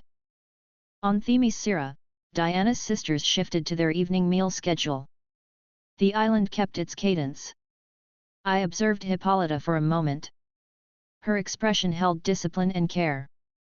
She recognized the pattern of calm and did not overcorrect it. She has strong judgment. It serves her people. I reopened a narrow band toward the neutral system and watched Thanos and Darkseid again. Their exchange remained stiff and exact. They measured each expression. They weighed outcomes. Each understood the risks of hasty action in this merged field. Neither wished to weaken himself before a world of combined defenders. Strategy checked ego. I approved of that result. It reduced casualties. I returned to the watchtower's center. Batman spoke into a private line. Superman oversaw the orbital pattern. Wonder Woman dispatched a succinct update to the Amazons. Cyborg leaned back in his chair and let the system run for a minute without interference. Flash paced the room at normal speed and simply watched people breathe. Green Lantern's marker moved along the high arc. Aquaman reported all clear from the oceanic sensors. The day completed its passage. Night covered one face of the planet. Cities brightened. Rural darkness held. Space remained quiet. I let a fraction of softness reach my voice. You all performed well. Wonder Woman looked at me with a small smile. We will keep doing so. Superman answered with a nod. We will. Batman did not look up. We know. That was enough. I shifted my gaze to the communication array. The Avengers' signal returned again. Steve stood at the front, direct and organized. Tony hovered at his side with his usual energy. Thor stood behind them, watchful. Natasha and Clint were at their stations. Banner was tired but calm. Vision's eyes glowed with steady light. Steve spoke first. Status on our side is normal. Civil authorities are briefed, no public panic. We're holding a standby rotation so people rest. Good management, Batman said. Tony added, we'll ping you if anything spikes. For now, we're in the boring zone. I like boring. Flash laughed. Boring is good. Thor lifted his chin. The storm does not always break. Sometimes it turns aside. Accurate, I said. Maintain. They acknowledged. The line closed again. I checked my own log. Verification complete. Corrections minimal. Oversight constant. I maintained a silent watch until the cycle reset. When I chose to speak again, it was only to mark the conclusion of my assigned task. Verification concluded. The merged multiverse holds with wide margin. Return to routine. Superman smiled with quiet relief. Thank you. Batman spoke without ceremony. Track. Report. Repeat. Wonder Woman rested her hand on the console edge and looked at Earth. We keep the world steady. Yes, I said.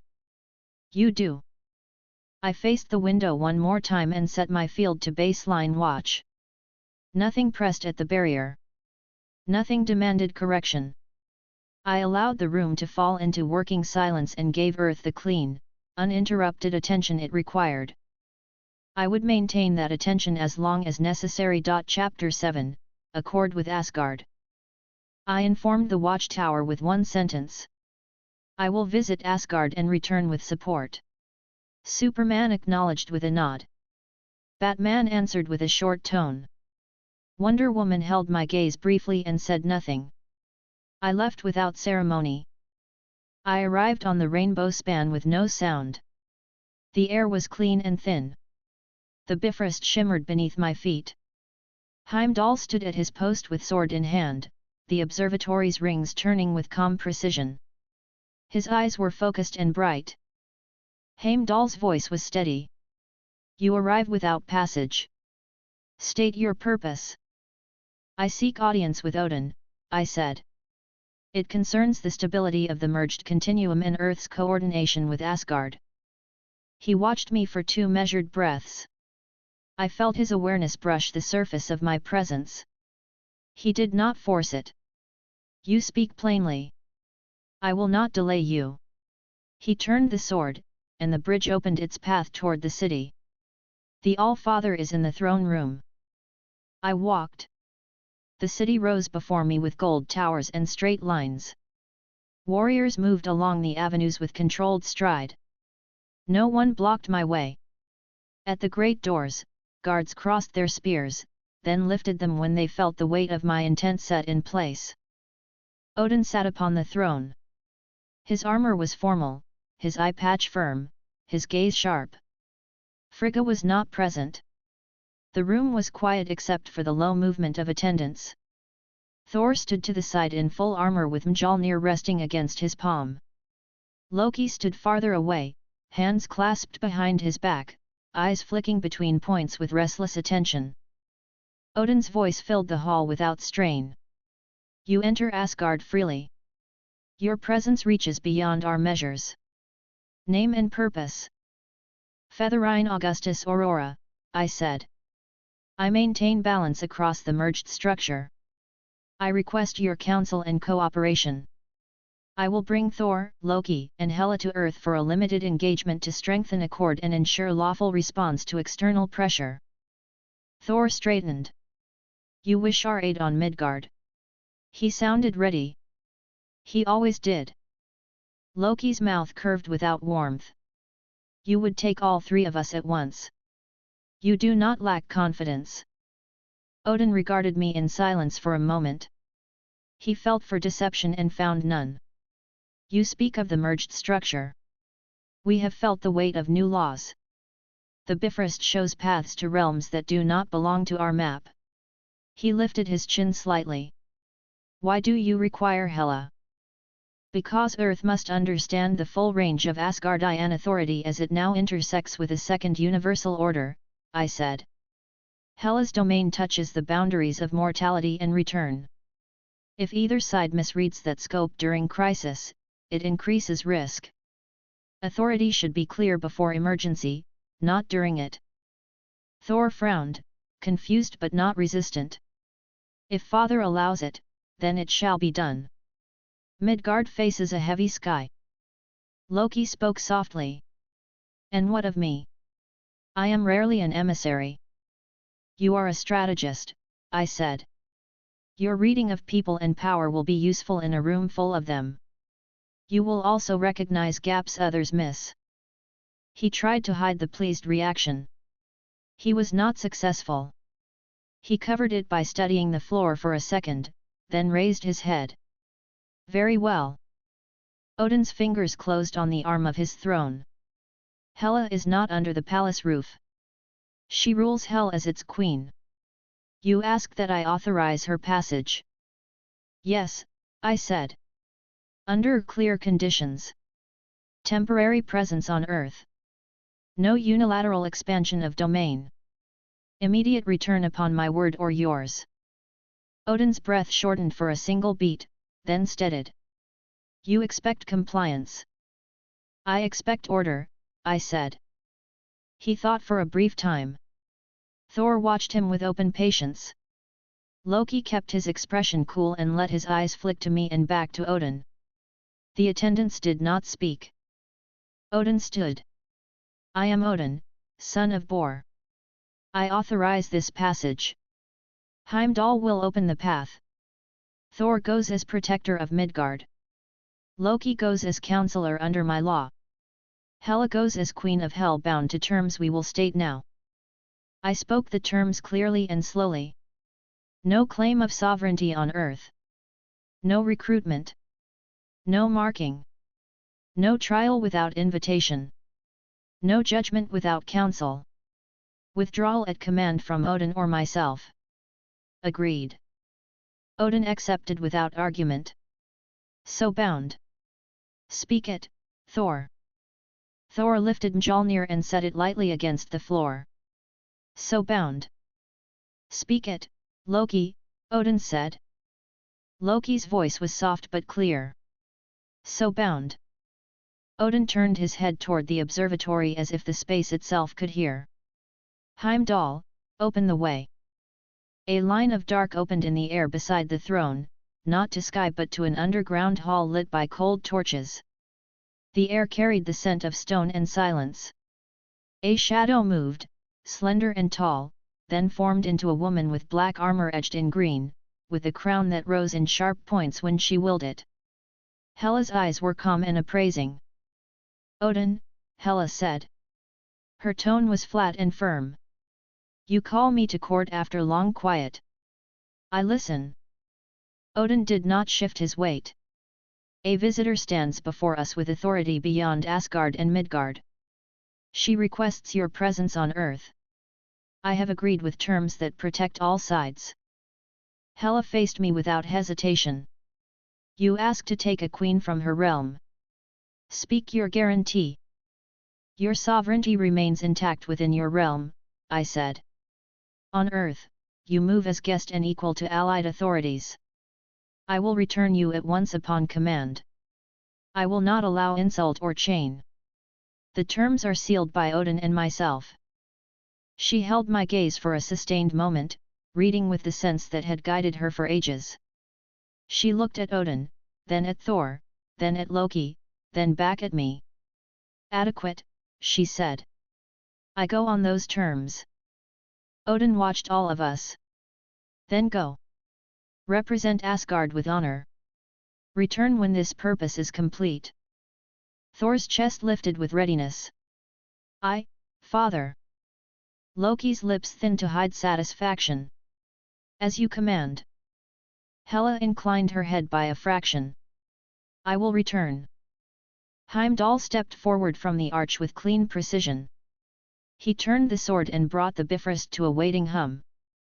Do you require escort? No, I said. Your duty is fulfilled. Heimdall respected the answer and stepped back. I lifted a hand. I did not need the Bifrost. The path opened by my will was short, clean, and bound to my terms. The floor of the watchtower's central chamber formed under our feet. Earth's blue curve turned beyond the window. Justice League members raised their heads at once. Communication lines blinked active without error.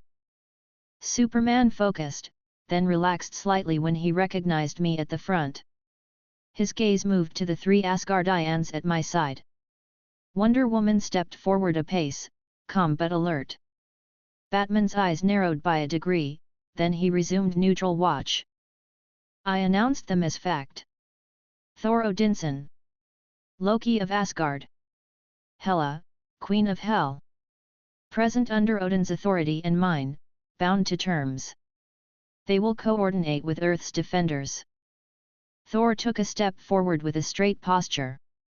We come at the All-Father's word. We stand with Midgard. Loki offered a small bow with controlled grace. You have our attention. Use it well. Hela did not bow. She did not need to. I am here under terms. I will hear your requests. Superman's tone was level. Welcome. Wonder Woman regarded Hela with steady interest and without fear. Your title is clear. Your terms are understood. Batman addressed me without ceremony. Conditions. Stated and fixed, I said. No sovereignty asserted. No actions outside agreed purpose. Immediate withdrawal upon command. He gave a short nod. Accepted. Cyborg had already opened a new channel to Stark Tower. Avengers, prepare for joint session. Guests incoming. Tony Stark's face came on screen almost at once, then froze in a short, surprised beat before he smoothed it out. Asgard triple pack. Okay. Steve Rogers stepped beside him, focused and courteous. Welcome. Thor smiled in a straightforward way. Captain. Loki tilted his head. Captain. Hela stared into the camera with plain disinterest. Where? Avengers Tower Conference Hall, Tony said. We're ready when you are. I turned my head slightly. We move. I brought us down into the tower without fanfare. Security systems registered our arrival and accepted it when I set their flags. The conference hall doors opened. The Avengers were already inside. Steve, Tony, Thor's eyes shifted with a touch of warmth at the sight of his teammates. Natasha watched everyone with still attention. Clint folded his arms and leaned back a little. Bruce Banner stood steady. Vision waited quietly. Sam Wilson held a neutral stance. Wanda Maximoff stood near the back, focused and respectful. Thor greeted them. Friends. His voice held relief. Tony pointed a finger at Loki with dry care. No tricks. Loki's eyes shone with a contained spark. None you have not earned. Steve chose not to argue. He looked to me. Agenda. Simple, I said. We formalize Asgard's assistance under clear rules. Thor will integrate with Avengers' response. Loki will advise coordination for multi-realm protocols. Hela will provide domain clarity for death and return so that no action triggers inter-realm violation. Earth's defenders will share expectations. We will all avoid misunderstandings. Steve nodded. We can work with that. Natasha addressed Hela in an even tone. Define your boundary on Earth. Hela's answer was direct. I do not collect souls here without cosmic permission or lawful claim. I do not interfere with mortal death processes. I do not summon legions without treaty. If you ask for information, I provide it if it does not weaken my realm. Banner watched her hands as if her fingers might telegraph stress. They did not move. If someone dies in battle, he asked quietly, and we request a delay for reasons of containment or negotiation. I can hold a gate closed for a short time if you secure proper sanction, Hela said. It is not free. It is not permanent. But it can be done. Steve met her gaze without flinching. Understood. Tony addressed Loki. We have no multi-realm protocols. You'll need to write them in a way humans can use at 3 AM during a crisis. Loki's smile was cool and pleased.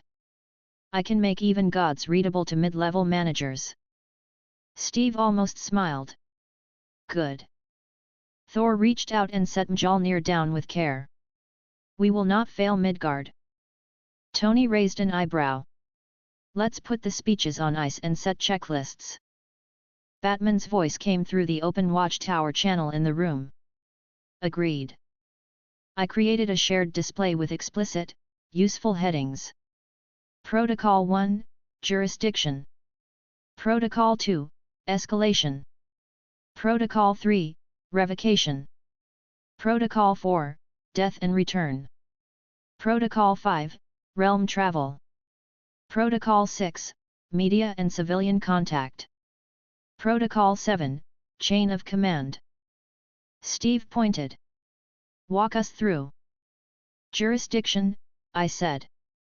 On Earth, Avengers and League hold primary. Asgardian actors operate as allied guests. In Asgardian realms, Asgard holds primary. Earth actors operate as guests. In shared space such as neutral orbital zones, the chain is by order of established command for the mission. Break ties by direct vote of mission leads or by my ruling in emergency. Escalation, I continued. No realm-shaking responses may occur on Earth without both Earth lead approval and Asgard lead approval. Energy outputs above listed thresholds require double authorization. Hela's domain activation beyond advisory level is escalation. Revocation, I said. Any party may revoke a consented privilege at any time. If revoked, subject withdraws without delay. Abuse leads to full ban and sealed pathways until joint review. Death and return, I said. If a casualty occurs, Hela is consulted for domain status. If the soul is not yet processed, and lawful delay is requested, she may hold the gate briefly. No resurrection attempt is made without realm consent. Earth magicians contact Camartage and Fate for mutual acknowledgement. Failure to coordinate results in automatic lockout of future requests. Realm travel, I said. Bifrost use is logged. Alternative transit is logged. No mass transport without notice. No stealth transit for large teams. Loki drafts the paper protocol and tools. Media, I said. No unauthorized interviews. No shared internal footage. Public statement cleared by Steve Rogers and Wonder Woman. Loki edits for clarity. Tony and Bruce vet for safety. Batman signs off for operational security. Chain of command, I said. Steve leads Avengers on Earth. Superman leads League on Earth. Thor represents Asgard for field matters. Loki advises and writes. Hela observes and informs. I adjudicate only if deadlock would endanger the system. No one argued. The room held a controlled air, the kind that meant people understood their part. Tony pointed to a screen. Banner, integrate the energy thresholds and alert rules. Vision, tie in harmonic caps. Thor, handshakes with Bifrost logs. Loki, documentation. Hela, a one-page domain summary in plain language. Hela watched him without offense. You will receive it. Loki's pen appeared in his fingers without motion to pockets. He twirled it once, then stopped when Steve looked at him. "I will keep it orderly." Wanda asked quietly, "If New York is the meeting point, what happens if a magical surge conflicts with your law?" Hela answered evenly. "I report it. You decide your response. If your response violates a gate or a pact, I tell you. If you continue, I withdraw and inform Odin." "Fair," Steve said. Thor clasped Steve's forearm in the old way with honest force. "We are with you." Steve returned it. "Good." I opened the Watchtower channel wider. The Justice League listened. Wonder Woman's voice came through steady. "We agree to the 7 protocols." Superman added, "We'll sign a written version today." Batman said, "Cyborg, draft the interop version." Cyborg replied, "On it." Tony glanced around the table. "Anything else from the higher plane we need to care about?" "Not at this time," I said. "The confrontation remains contained. Your work here reduces future risk." He nodded. "Then let's finish the paperwork and get to the drills." The next hours were full but simple. People wrote, clarified, and signed. Thor submitted Bifrost logs and accepted Earthside duty rotations. Loki produced draft templates with clean language and space for local law notes. Hela wrote a summary that fit on one page as asked. It was clear, blunt, and precise. Steve and Wonder Woman approved the public statement text. Tony tightened the alert integrations. Banner and Vision set caps and safe modes. Batman inserted a short, strict clause about revocation and evidence requirements. No one postured. No one stalled. I watched and kept the field smooth. When a small data clash occurred between Stark's system and Watchtower telemetry, I adjusted the handshake. When the conference room's shield desensed by a fraction, I aligned it. When a reporter attempted to force entry to the tower, security turned them away without incident. I did not interfere with ordinary tasks. I only prevented frictions from multiplying. By late afternoon, the protocols were complete. Everyone signed. The documents existed as paper, as data, and as commitments attached to the realms with my stamp and Odin's.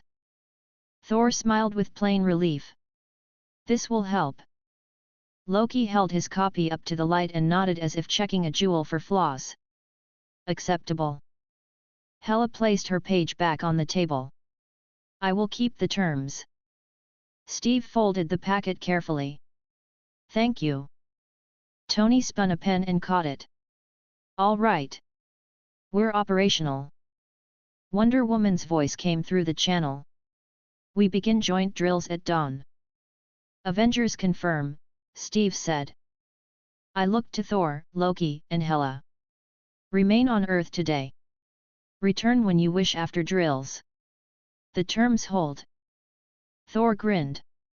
"I will enjoy Midgard's food again." Tony sighed in mock dread. "Buy your own shawarma." Loki showed the smallest hint of amusement. "I will find something more refined." Hela stood, composed and cool. "I will walk your city and not be seen unless I choose." Steve did not object. "Stay within the terms." She inclined her head. "I will." I sent a short notice to Odin. "Terms set. All parties compliant. Return remains available at will." His reply was a silent weight of acknowledgement.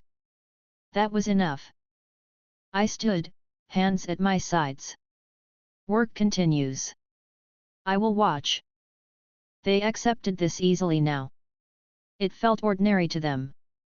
I turned to the window and looked out over New York. Traffic moved. People lived. The sky held. I remained still. Chapter 8, The Queen Walks Unseen. I faced Hela in the conference room after the protocols were signed. Her posture was straight. Her hands were still. Her eyes held steady attention. "We will walk the city," I said. Silent observation. I will test thresholds while you remain within the terms. Hela agreed with a single nod. Proceed. Thor glanced over from Steve and Tony. You will be safe. I am always safe, Hela said. Her tone was flat. She did not boast. Loki looked amused. Try not to frighten the tourists. Hela did not respond. She did not humiliate him. She dismissed the remark with silence. I lifted my hand and adjusted the room's lock so our departure would not trip an alarm. We stepped through the open door and entered the private elevator. The descent was smooth. Hela watched the changing floor display without any sign of interest. Her crown was not raised. Her armor did not flare. She kept herself contained as we had agreed. The doors opened to the lobby. People crossed the polished floor. Security remained at their posts with calm focus. No one saw Hela unless she wanted them to. I added the smallest layer of concealment to match the building's existing privacy systems. The two effects merged cleanly and did not produce a ripple. We exited onto the street. Air carried heat from vehicles and food carts. The sound level was high but even. Hela looked upward at the towers with a neutral expression.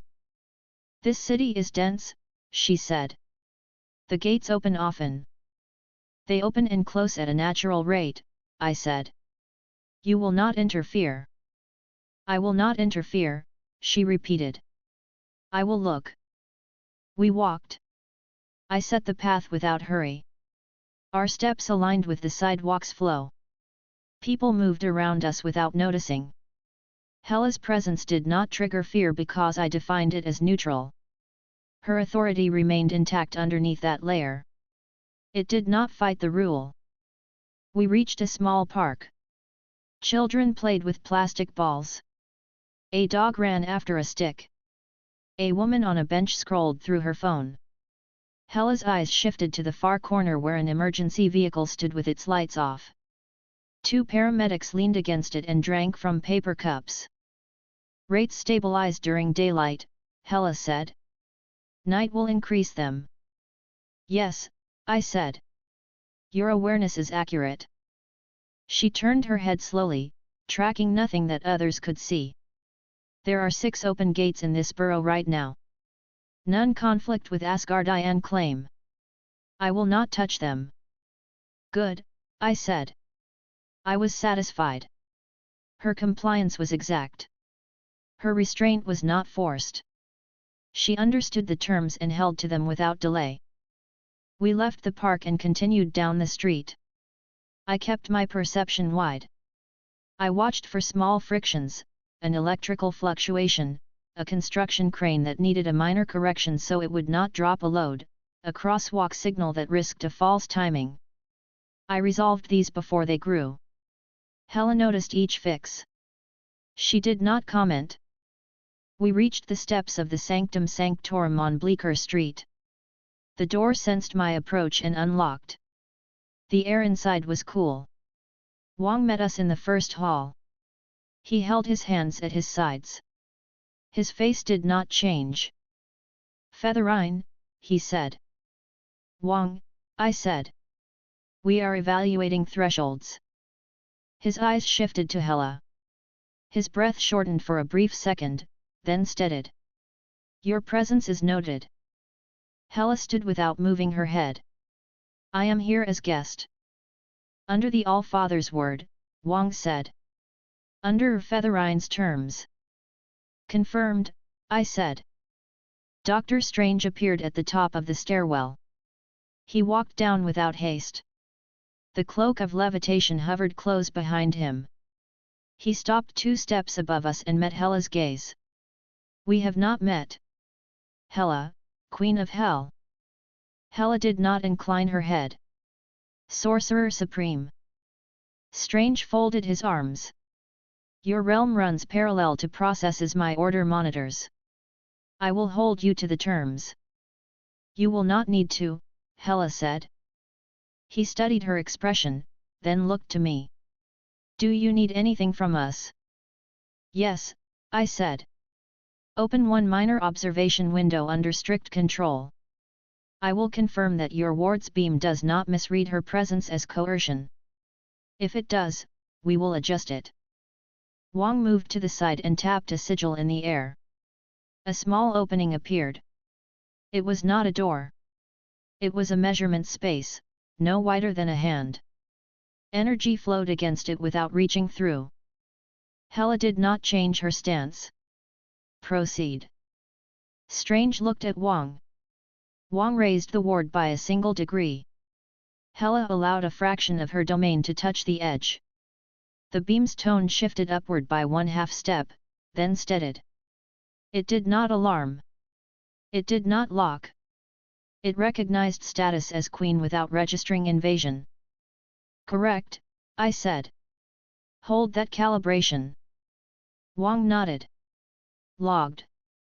Strange observed Hela for one moment more, then turned slightly toward me. We will watch the city while you walk. Yes, I said. Thank you.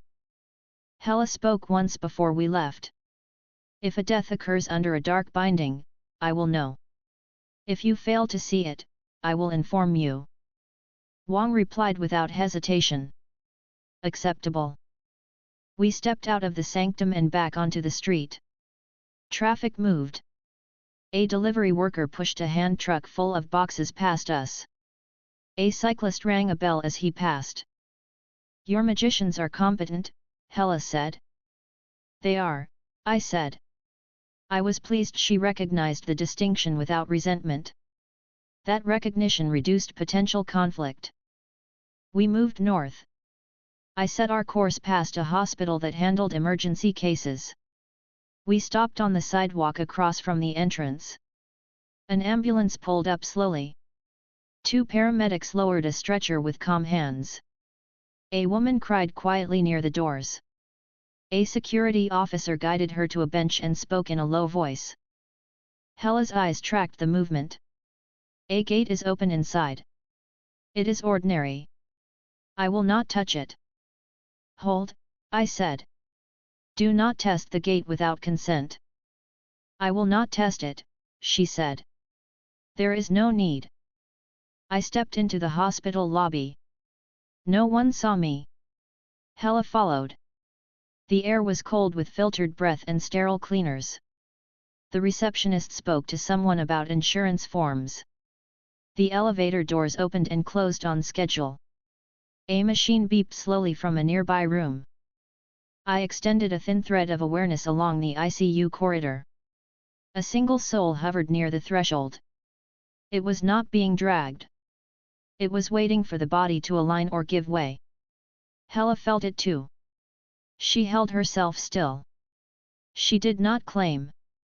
She respected the process inside the human frame. The threshold was not hers. This was good evidence of her restraint. We left the hospital. The woman on the bench wiped her eyes and took a long breath. She looked at the door.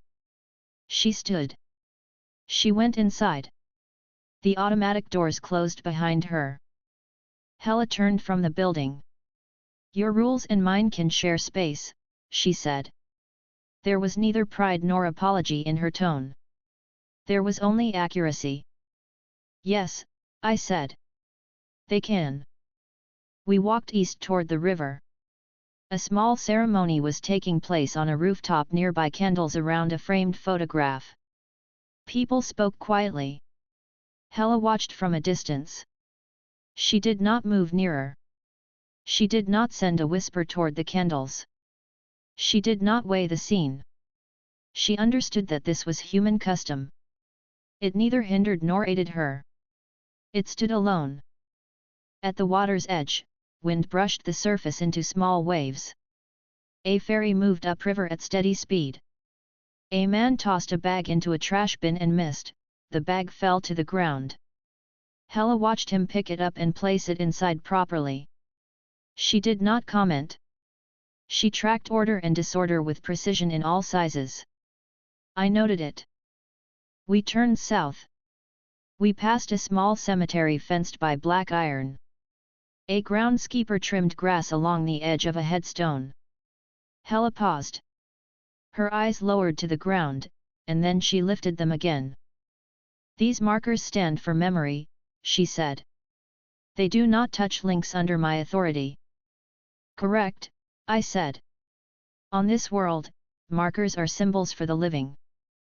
I will not alter them, she said. We moved on. A man on the next block argued with a parking enforcement officer. His voice rose. The officer did not match his volume. She wrote the citation and handed it to him. He took it, shook his head in frustration, and left. Hela observed the exchange and then dismissed it. It did not connect to death or oath. We crossed into a quieter street with older buildings. Cats slept in a shop window behind a display of books. A bell rang as someone opened a cafe door. Warm air and the smell of coffee reached us. Hela did not enter. She had no interest in food. Her body did not ask for it. A patrol car rolled past slowly.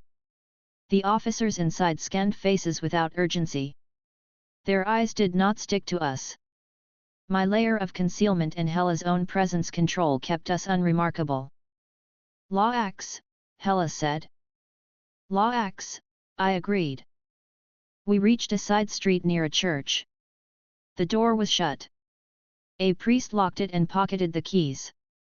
He turned and saw nothing unusual. He walked away with measured steps. The bell in the tower did not ring. Hela's gaze lingered. This place is not mine.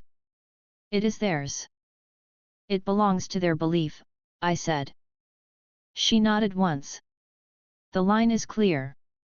We headed toward the sanctum again to cut west. Strange opened a small window on his top floor and watched us pass. He did not call out. Wang stood at a corridor and marked entry-exits on a physical ledger. His method was simple and exact. I was satisfied with it. We continued toward Midtown. The sky began to take on the color of approaching evening. The buildings reflected it. Streetlights flicked on in a sequence. Hela turned her head at two of them. She had detected the brief current spike before the lights stabilized. I had already corrected it. She said nothing. We approached a small group gathered at a bus stop. Two teenagers argued in low voices. A third stood between them and tried to calm them. No one escalated. Hela's eyes were dark and flat. Her presence did not press. The bus arrived. They got on. The door closed. We arrived back within sight of the tower. I heard a short alert from the watchtower line and accepted it with a blink.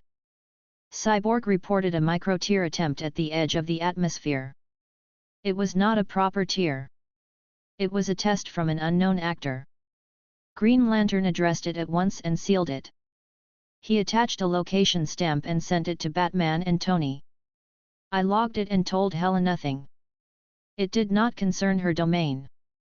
Before we entered the tower, I changed direction and led her down to a small walkway under a bridge. Workers were finishing a repair on a joint. The ground trembled faintly as a truck crossed above. Hela stood still and listened. She did not move. She knew this tremor was not a call. Night will raise counts, she said again. I will not touch them without sanction. You will notify Wang or Strange if you see a death tied to binding, I said. I will, she said. I will also notify you. Do so, I said. We returned to the tower lobby. Security scanned nothing. The elevator carried us up. The doors opened to the conference level. The Avengers were in motion. Steve and Thor studied a schematic. Tony and Banner fine-tuned energy caps. Vision stood near the glass and watched the sky. Natasha and Clint checked lines on a tablet. Sam reviewed an aerial route. Wanda closed her eyes for a moment and assessed the city's mood. Loki sat with a stack of papers and a pen, writing with speed and precision. He did not fidget. He corrected his own text with neat marks and kept going. Steve looked up. Walk complete. Yes, I said. No violations. Hela observed. She maintained distance. She will notify Kamartaj and me upon detection of any death under binding. Hela spoke to Steve directly. I will hold any such gate if you and Strange both request it. You will have a short window. I will not exceed it. Steve nodded. Understood. Tony pointed at the display. We're ready to run a simulated breach at dawn. Bifrost coordination included. Loki's draft protocol is good. Hela's one-page summary is on my desk and it reads like a legal stone. I approve. Hela did not reply. Approval did not move her. Thor grinned at her with obvious affection and respect. Sister. You did not break anything. I do not break terms, Hela said simply. Loki set his pen down and studied her for a second with a small, complicated look that included old recognition and present acceptance. He masked it with a relaxed tone. Your restraint will increase compliance. Hela's eyes flicked to him. Yes. Wanda approached slowly. She stopped at a polite distance from Hela and spoke carefully. If I feel something and I cannot tell if it is yours or mine, I will ask you first. Hela looked at her directly. Ask me. I will answer. Wanda smiled just enough to show relief. Thank you. I let a short breath out through my nose. The room felt aligned. I sealed the walk report and transmitted a copy to the watchtower. Wonder Woman came through on the open channel. We received it. Thank you. Batman said, proceed with drills. We will mirror your schedule. Superman's voice followed. We will join in person after first run. Confirmed, Steve said. I stepped to the window. The sun lowered. The river shone in a straight band. Helicopters crossed on schedule. A plane moved at regulated altitude. The city maintained its cadence.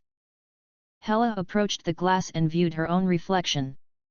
Her helmet formed and dissolved in a controlled cycle, not as a threat but as a test of concealment boundaries. The tower's shields allowed it. The link to the watchtower allowed it. Nothing tripped. She stopped the cycle and allowed the crown to settle into its reduced shape again. Your systems are accurate, she said. Yes, I said. They will remain so. Tony checked the time. We have an hour before the last systems audit. Anyone needing food or a break should take it now. Thor clapped his hands once with simple enthusiasm. I will find shawarma. Steve smiled. Go. Loki stood and stacked his drafts in a precise pile. I will finish the last section in 15 minutes.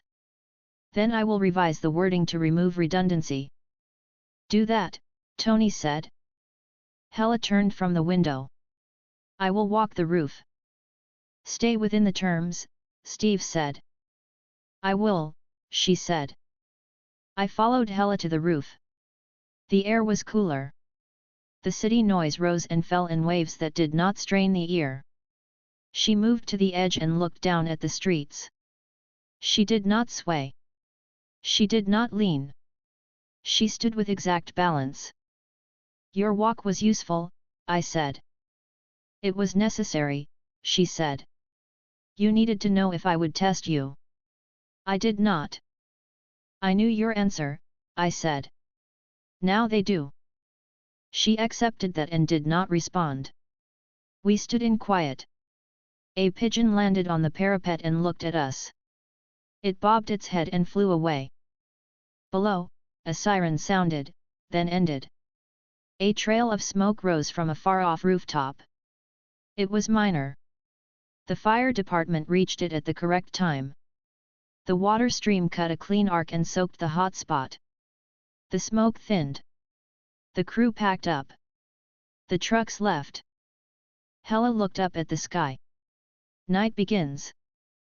Yes, I said. I shifted my attention to camouflage.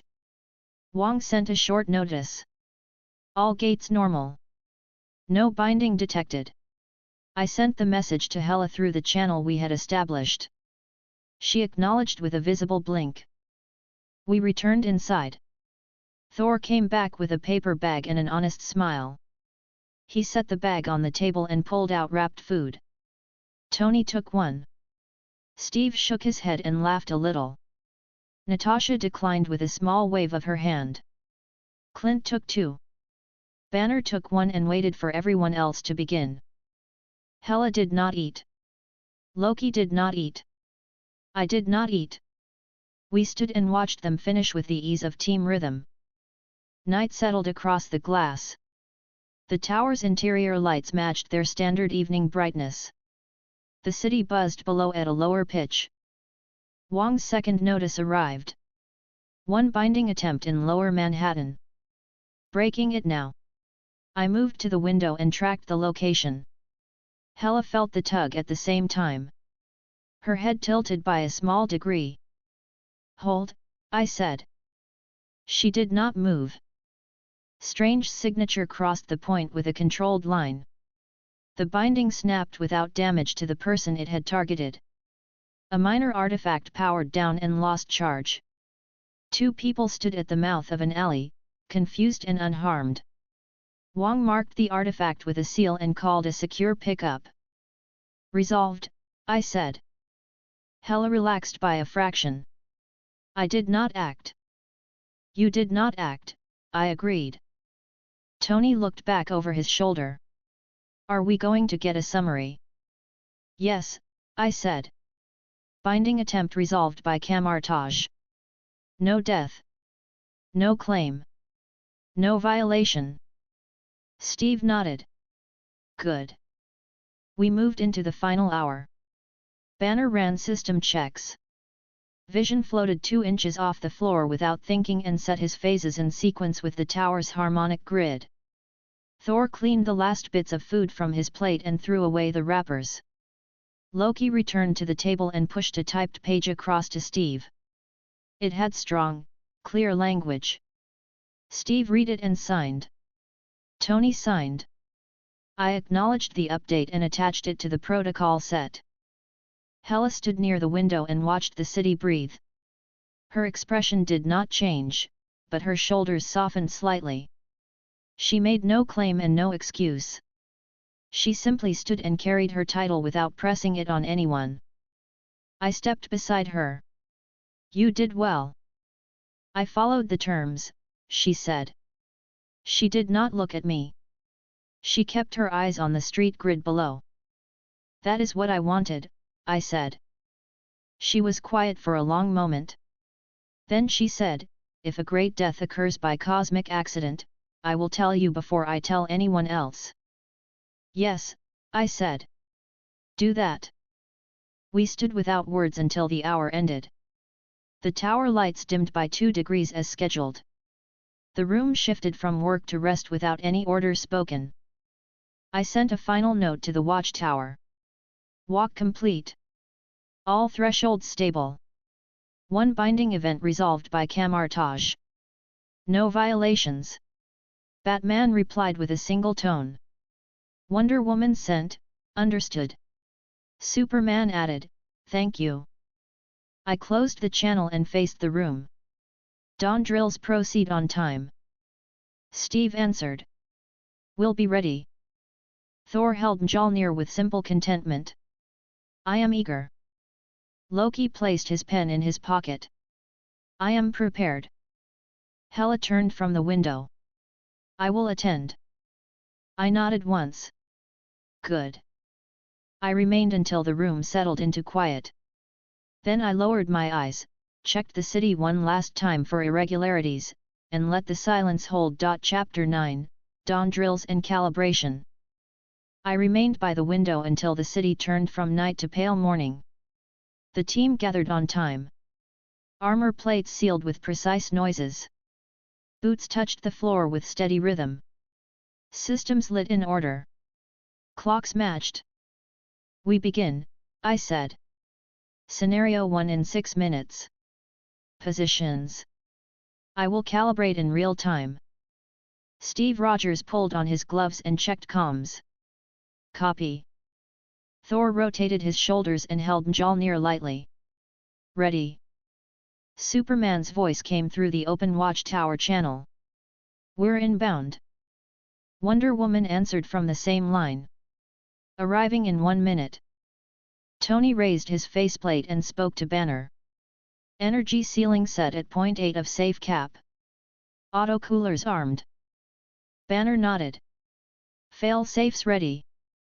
Vision, you're pegged at 70% output for the first pass. Confirmed, Vision said. Wanda Maximoff tied her hair back and flexed her fingers slowly. I will stay under 40% until told otherwise. Good, I said. Maintain that. Loki slid a slim, labeled folder toward Tony and Steve. Printed drill script, clean order, immediate references in the margins. I will keep time. Hela stood near the window with her hands relaxed at her sides. I will observe. I will not act without request. I lifted my hand. The tower's upper training grid unfolded in the air as a map with layered overlays, energy nodes, shield arcs, known weak points, and lines to the watchtower. The League came into view on the screen. Superman, Wonder Woman, Batman, Flash, Green Lantern, Aquaman, and Cyborg appeared in the hall a second later. The doors opened. Their steps matched the room's pulse. Steve stepped forward and shook Superman's hand. Good morning. Good morning, Superman said. We're ready. Wonder Woman nodded to Thor. Thor. Diana, Thor said warmly. Batman set a small case on the table and opened it. He removed a compact sensor array and placed it down. Local calibration check. Running, Cyborg said. His eye brightened. I spoke as I walked to the center of the room. Scenario 1. Coordinated response to a single-point incursion above Midtown. No civilian presence. Objective, intercept, contain, neutralize, withdraw. Energy cap limits displayed on each HUD. If your HUD does not display, look to the main board. Every screen lit with a simple, readable bar for each participant. Banner checked mine anyway and then looked away, embarrassed. He knew I did not need one. Positions, Steve said. Avengers to the east grid. League to the west. Thor and Superman hold top cover. Wonder Woman and Captain on the forward edge. Batman and Natasha on tactics and ground control. Vision and Green Lantern handle vertical cones. Flash covers movement. Aquaman supports water systems. Clint provides precision. Wanda holds perimeter net. Cyborg and Banner manage power and data. Tony handles overwatch and failsafes. Featherine calls timings. Confirmed, Batman said. Confirmed, Tony said. We moved to the helipad first. The air was cold and clean. The sun edged above the buildings. I raised my hand and projected the first incursion point in the sky, locked to a fixed coordinate that would not endanger civilians. A clean, controlled tier opened. It did not lead anywhere. It only emitted test output to measure response. 3, 2, 1, I said. Go. Thor went up with a strong pull from his arm and a lift of his chest. Superman matched his climb perfectly. They marked the tier with intersecting arcs without touching it. Vision rose and set his density to a firm counterweight at the tier's side. Green Lantern placed a cone barrier upside down over the point, leaving a narrow channel for controlled venting. Caps at 60, I said. Hold. Wanda sent a red lattice to the lower edge and spread it like a slow, strict sheet that did not whip. Her expression was focused and calm. 40%, I told her. Good. Clint set 3 arrows around the service vents across the block. Tether anchors in. Anchor tension optimal, I said. Batman traced a line on his forearm screen. Vent schedule set. 15-second pulses. Do not push against the cone. Copy, Tony said. He hovered above and to the side, palms aimed down, repulsors lit but low. Steve held the forward edge and watched the board. Call, he said. Bleed begins in 5, I said. 4. 3. 2. 1. Now. A thin stream of blue force pressed at the cone. It stopped against the barrier. The vent schedule opened a gap. The stream moved into it. Vision shifted 1 meter. Thor rotated a wrist and tightened his arc. Superman adjusted his posture by a small degree. The pressure released in a safe line into the air, then dissipated. Hold, I said. Feeding cycle 2. Increase 10%, Lantern. Done, Green Lantern said. His jaw tightened as he moved his ring hand. The second pulse met the adjusted cone. It slid. It vented. It faded. My board showed no uncontrolled spread. I nodded once. Cease, I said. The tier closed. Drill 1 complete. Record times. Loki read from his watch. 41 seconds from open to full containment on first cycle. 38 seconds on second. Vent sync achieved at 18 seconds. Good, Steve said. No collisions. No overreach. Next. Scenario 2, I said. Bifrost coordination. Controlled strike and exit with triple cover. Thor, you will mark the strike. Wonder Woman and Captain secure the landing zone. Batman and Natasha clear boundary. Flash and Aquaman check for civilians. Lantern sets a vertical flare for Heimdall to recognize as the code. Tony logs the handshakes. All others hold. Thor smiled. Heimdall will like that. Test only, I said. No actual travel. We measure timing. Positions, Steve said. Everyone moved without bumping. The helipad lit with a clear circle. Wonder Woman paced the ring with a steady stride. She set her feet and raised her shield to mark the safe radius. Steve stood at the opposite edge and lifted his shield in answer. Batman and Natasha moved around the perimeter, scanning and marking. On my mark, I said. Lantern flare in 3, 2, 1. Green Lantern shot a green pillar straight up. It stopped below flight lanes and held perfect. The tower system sang a low tone to show handshake. Thor, begin call without response, I said. Thor raised Mjolnir and struck the ground lightly. He did not crack anything. The Bifrost did not arrive. Instead, Heimdall's system whispered an acceptance tone through the link without opening. The sound was pure and short. Time, I said. Loki read his watch. 8 seconds from flare to recognition. 12 seconds from strike to clearance. 2 seconds margin. Mark it, Tony said. He recorded it with one thumb tap. I took them through the aborted return sequence. Now reverse. Heimdall would pull you. We cancel. Lantern, drop the flare on 3, 2, 1. The pillar vanished. The second tone resolved into a clean cancel. The training ring dimmed. Scenario 3, I said. Orbital shift. League lead. Superman and Wonder Woman cut the drift. Lantern sets a barrier spike. Vision counters from below. Tony sets the shell. Steve holds command. Batman runs timing. Flash feeds data. Clint marks wind flags.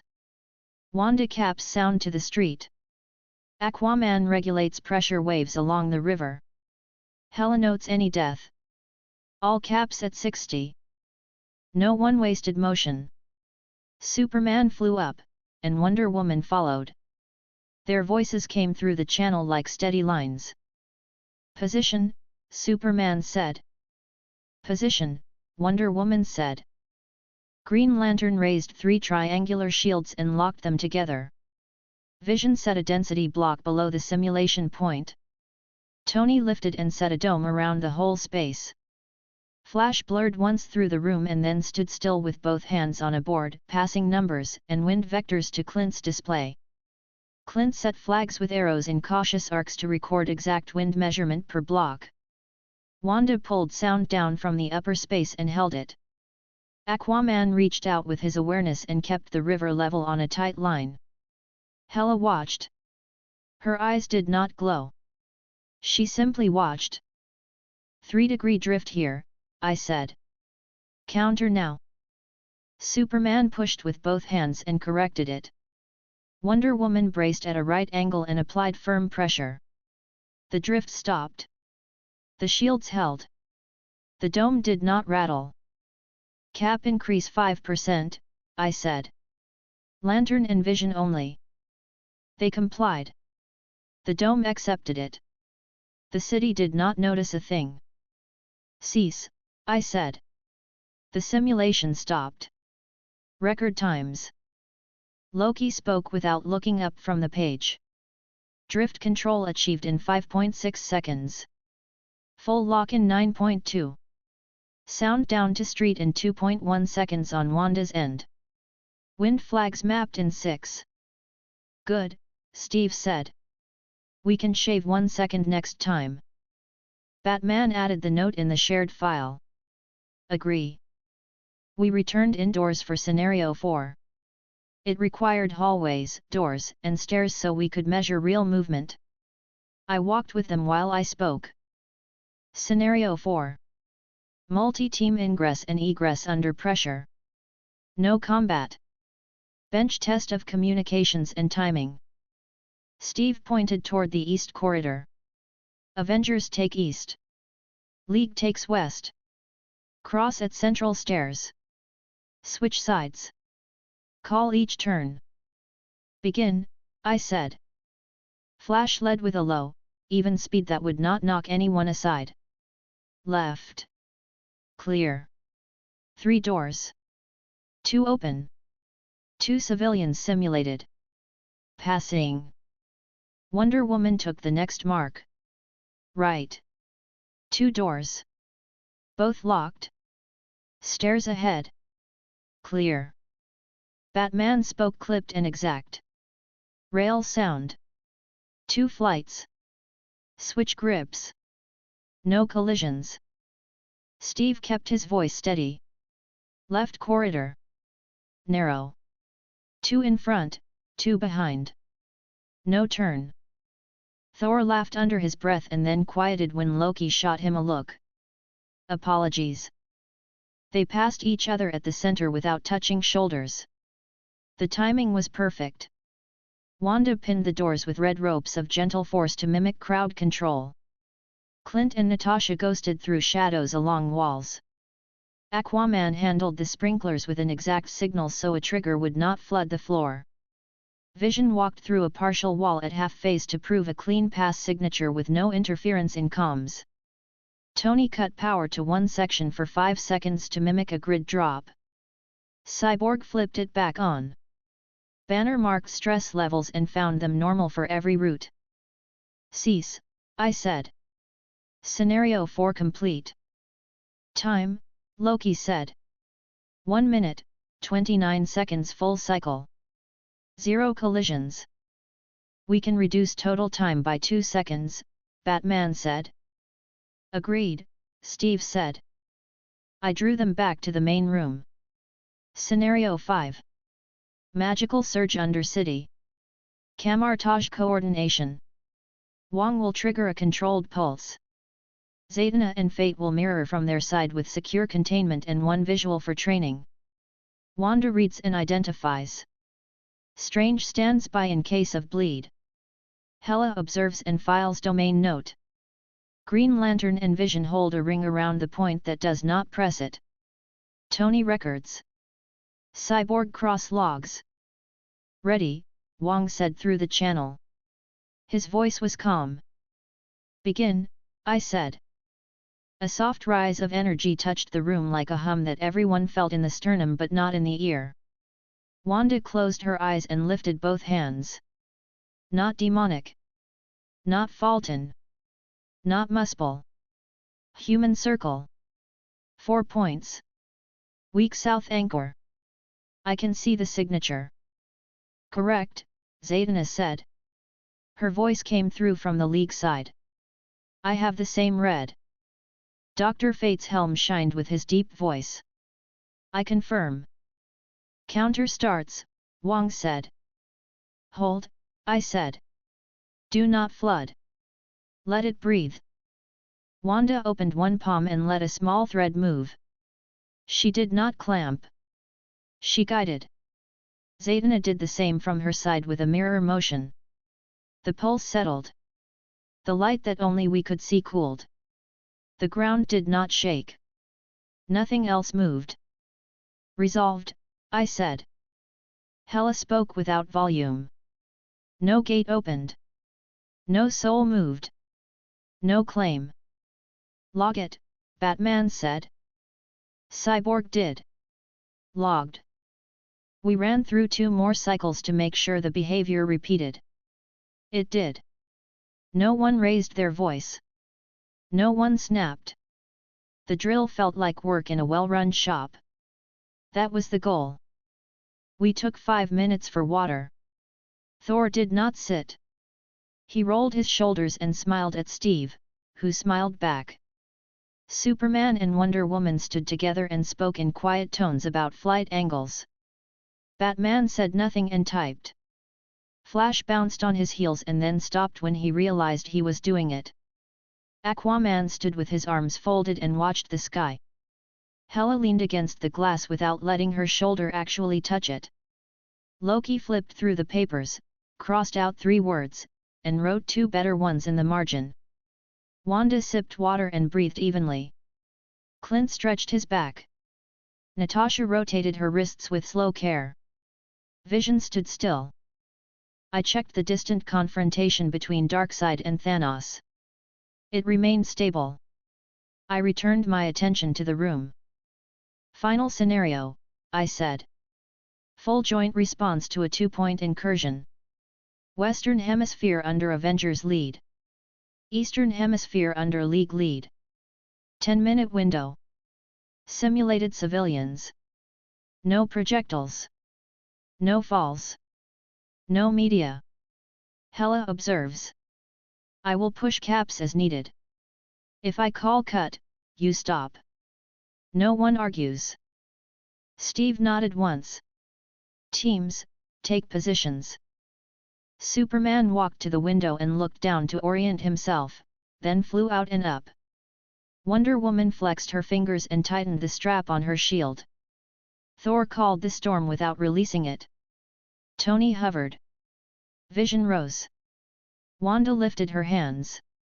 Steve checked left and right. Batman set timers. Flash cracked his neck once and then stilled. Green Lantern rolled his shoulders. Aquaman pressed his jaw and focused. Natasha and Clint took edge spots. Banner stayed by the board. Loki set his watch. Hela watched. I held the board in my hand and looked at it without blinking. 3, I said. 2. 1. Go. The first tier opened over the harbor. Superman hit it on the north edge. Thor hit south. Green Lantern set the cone. Vision set the base. Aquaman calmed the water. Wanda kept the sound. Tony measured. Steve called positions. Wonder Woman held people at the safe line for the simulation. Batman ran the clock. Flash carried a line between 2 spots and left everyone's hair untouched. Clint set 4 anchors. Natasha locked a door from a distance with a smart pick. Caps stayed under 60. Good, I said. Second tier. East side. League lead. The second tier opened above a rail yard. Wonder Woman moved first. Her sword stayed sheathed. She pointed to the safe zone. Superman lifted an imaginary cable to show where not to pass. Flash grabbed 2 simulated civilians and moved them 5 steps at human speed so the cameras would not blur. Green Lantern set an arch for them to pass under. Tony recorded.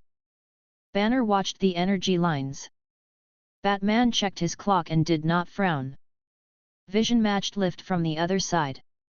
Aquaman had no water here, so he kept his eyes on nearby tanks anyway. Wanda closed a weak side leak with calm hands. Caps to 70, I said. Hold for 20 seconds. No one twitched. The bars rose. The air thickened slightly. The system did not protest.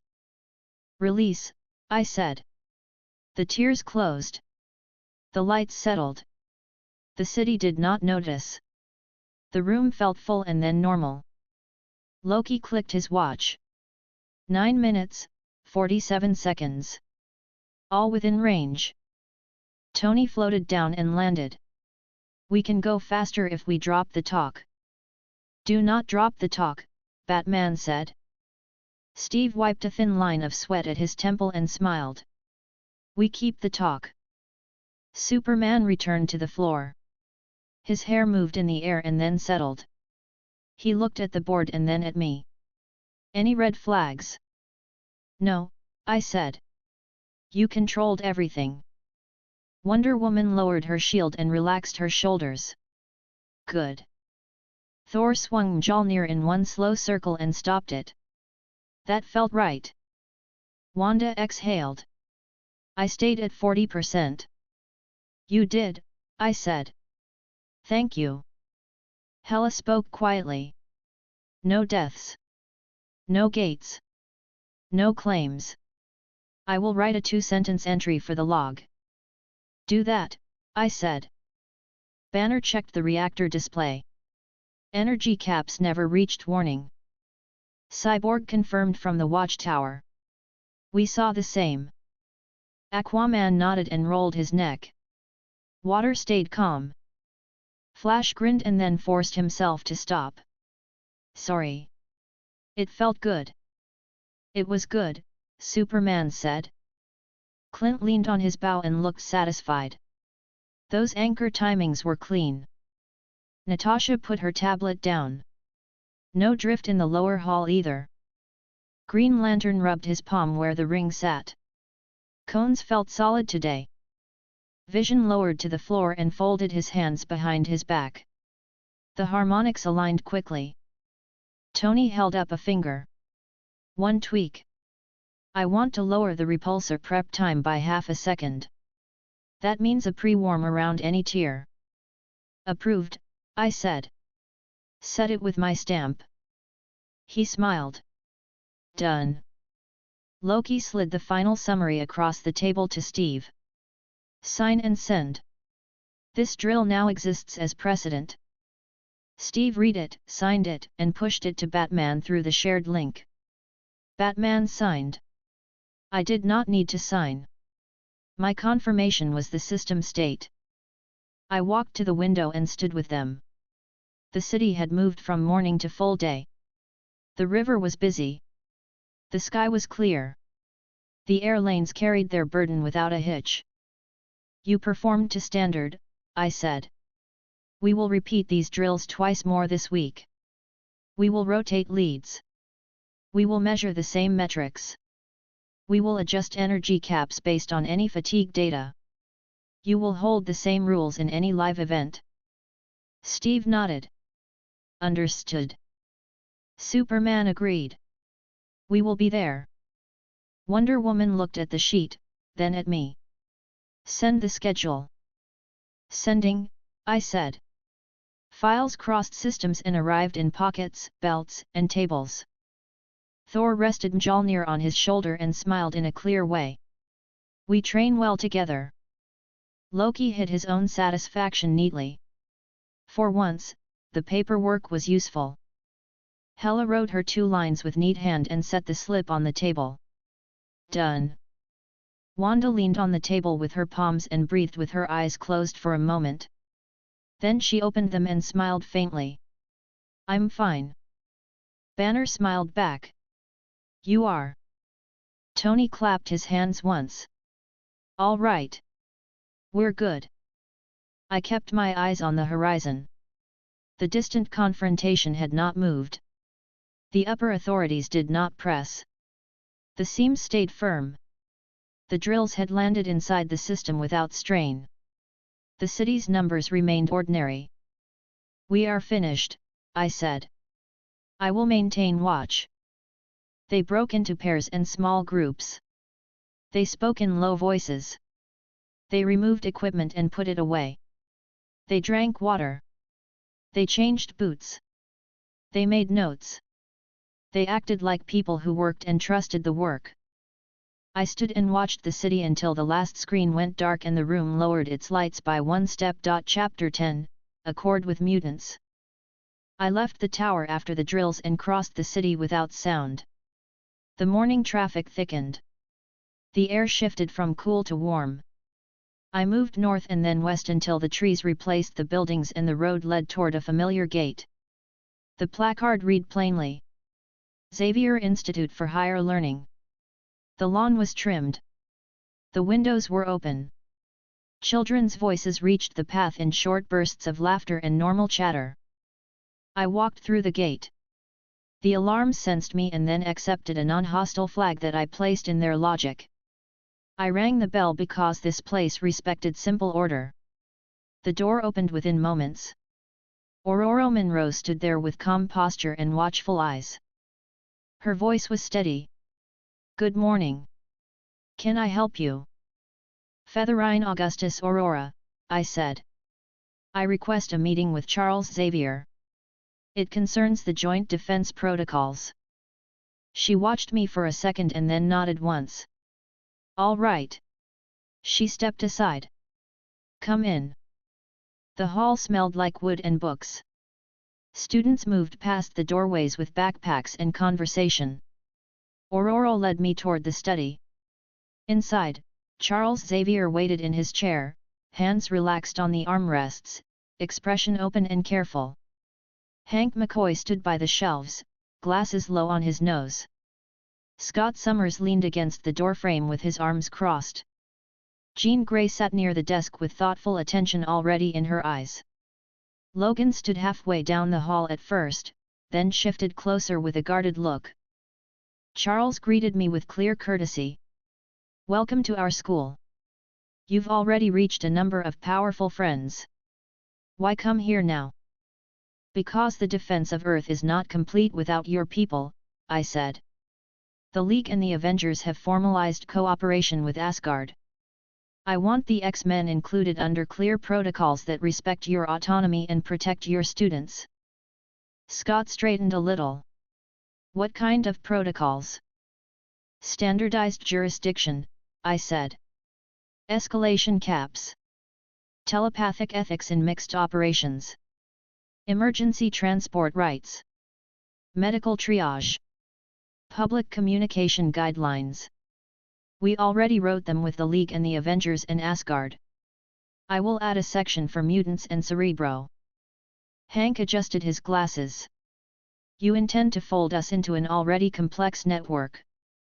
How do you avoid turning this place into a base? I do not turn it into a base, I said.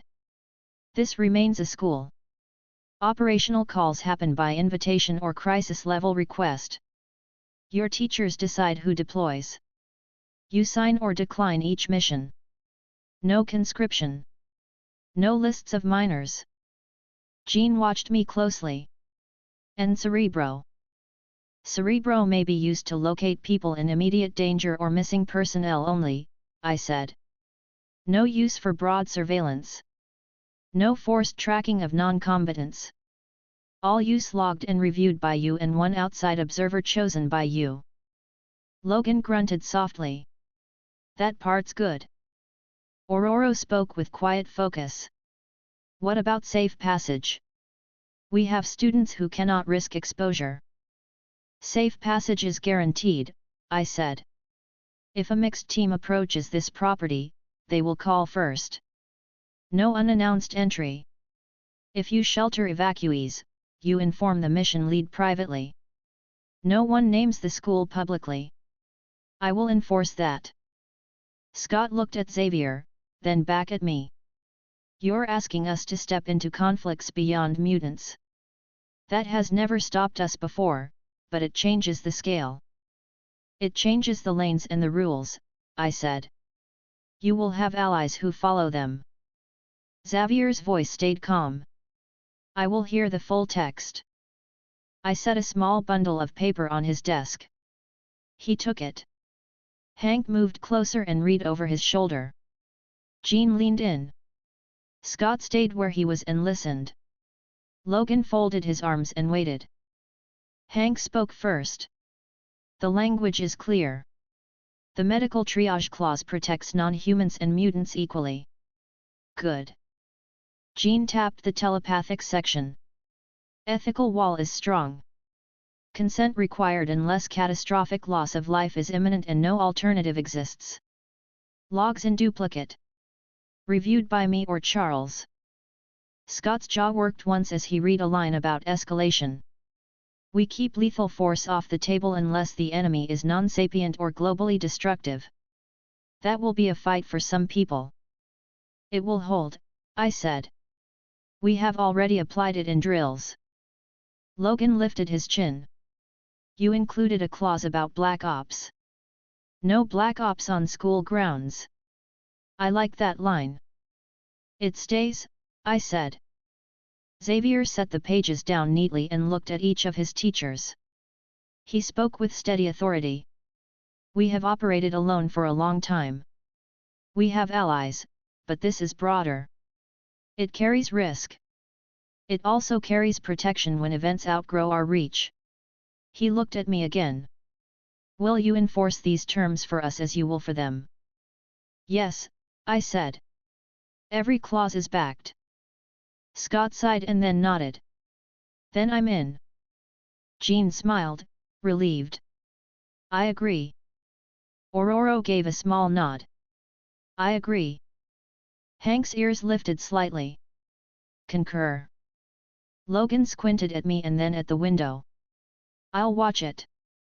I'm in. Xavier folded his hands. We accept. We sign. We will designate liaisons for mission calls. I inclined my head. Thank you. Jean added, there will be one problem. Magneto. Correct, I said. I will go to him next. Scott's mouth tightened. He will not like any line that limits his response. Then we will not lie to him, I said. We will say plainly that the world has adopted rules. He can accept an alliance with terms or stand outside it.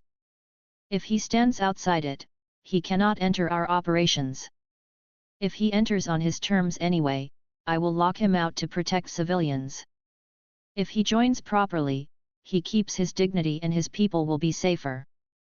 Xavier's hands shifted a fraction. Be careful. He reacts badly to pressure. But he understands duty to his own. I know, I said. I sent a copy of the protocol to the Watchtower and Stark Tower. Batman acknowledged with a secure tone. Steve sent, welcome. Tony wrote, we'll build Cerebro handshake with Hank only. Hank nodded when he saw it. I added a tighter filter to Stark's channel to prevent any automatic polling from touching the school. Children ran past the door, laughing. A small boy saw Logan and waved. Logan lifted 2 fingers and a soft smile tugged at his mouth. He hid it by turning his head. Xavier offered his hand. I took it briefly. His grip was warm and firm. We stand with you, he said. Understood, I said. I will return. I left the institute and pivoted my awareness until it found a field of twisted metal and tall scaffolds rising over a cold sea. The island was quiet except for the sound of wind and wave. Men worked with rivet guns and cranes without chatter. Their uniforms were simple. Their faces were set. Their movements were efficient. Genosha's latest skeleton stood like an intention. It was not finished.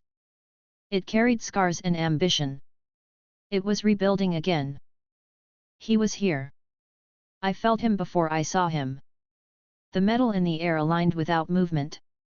A figure descended from a high gantry with cape falling close and helmet reflecting the clouds. Eric Lane Share. Magneto. His expression was still. His attention was exact. He stopped 20 feet away and measured my presence with calm suspicion.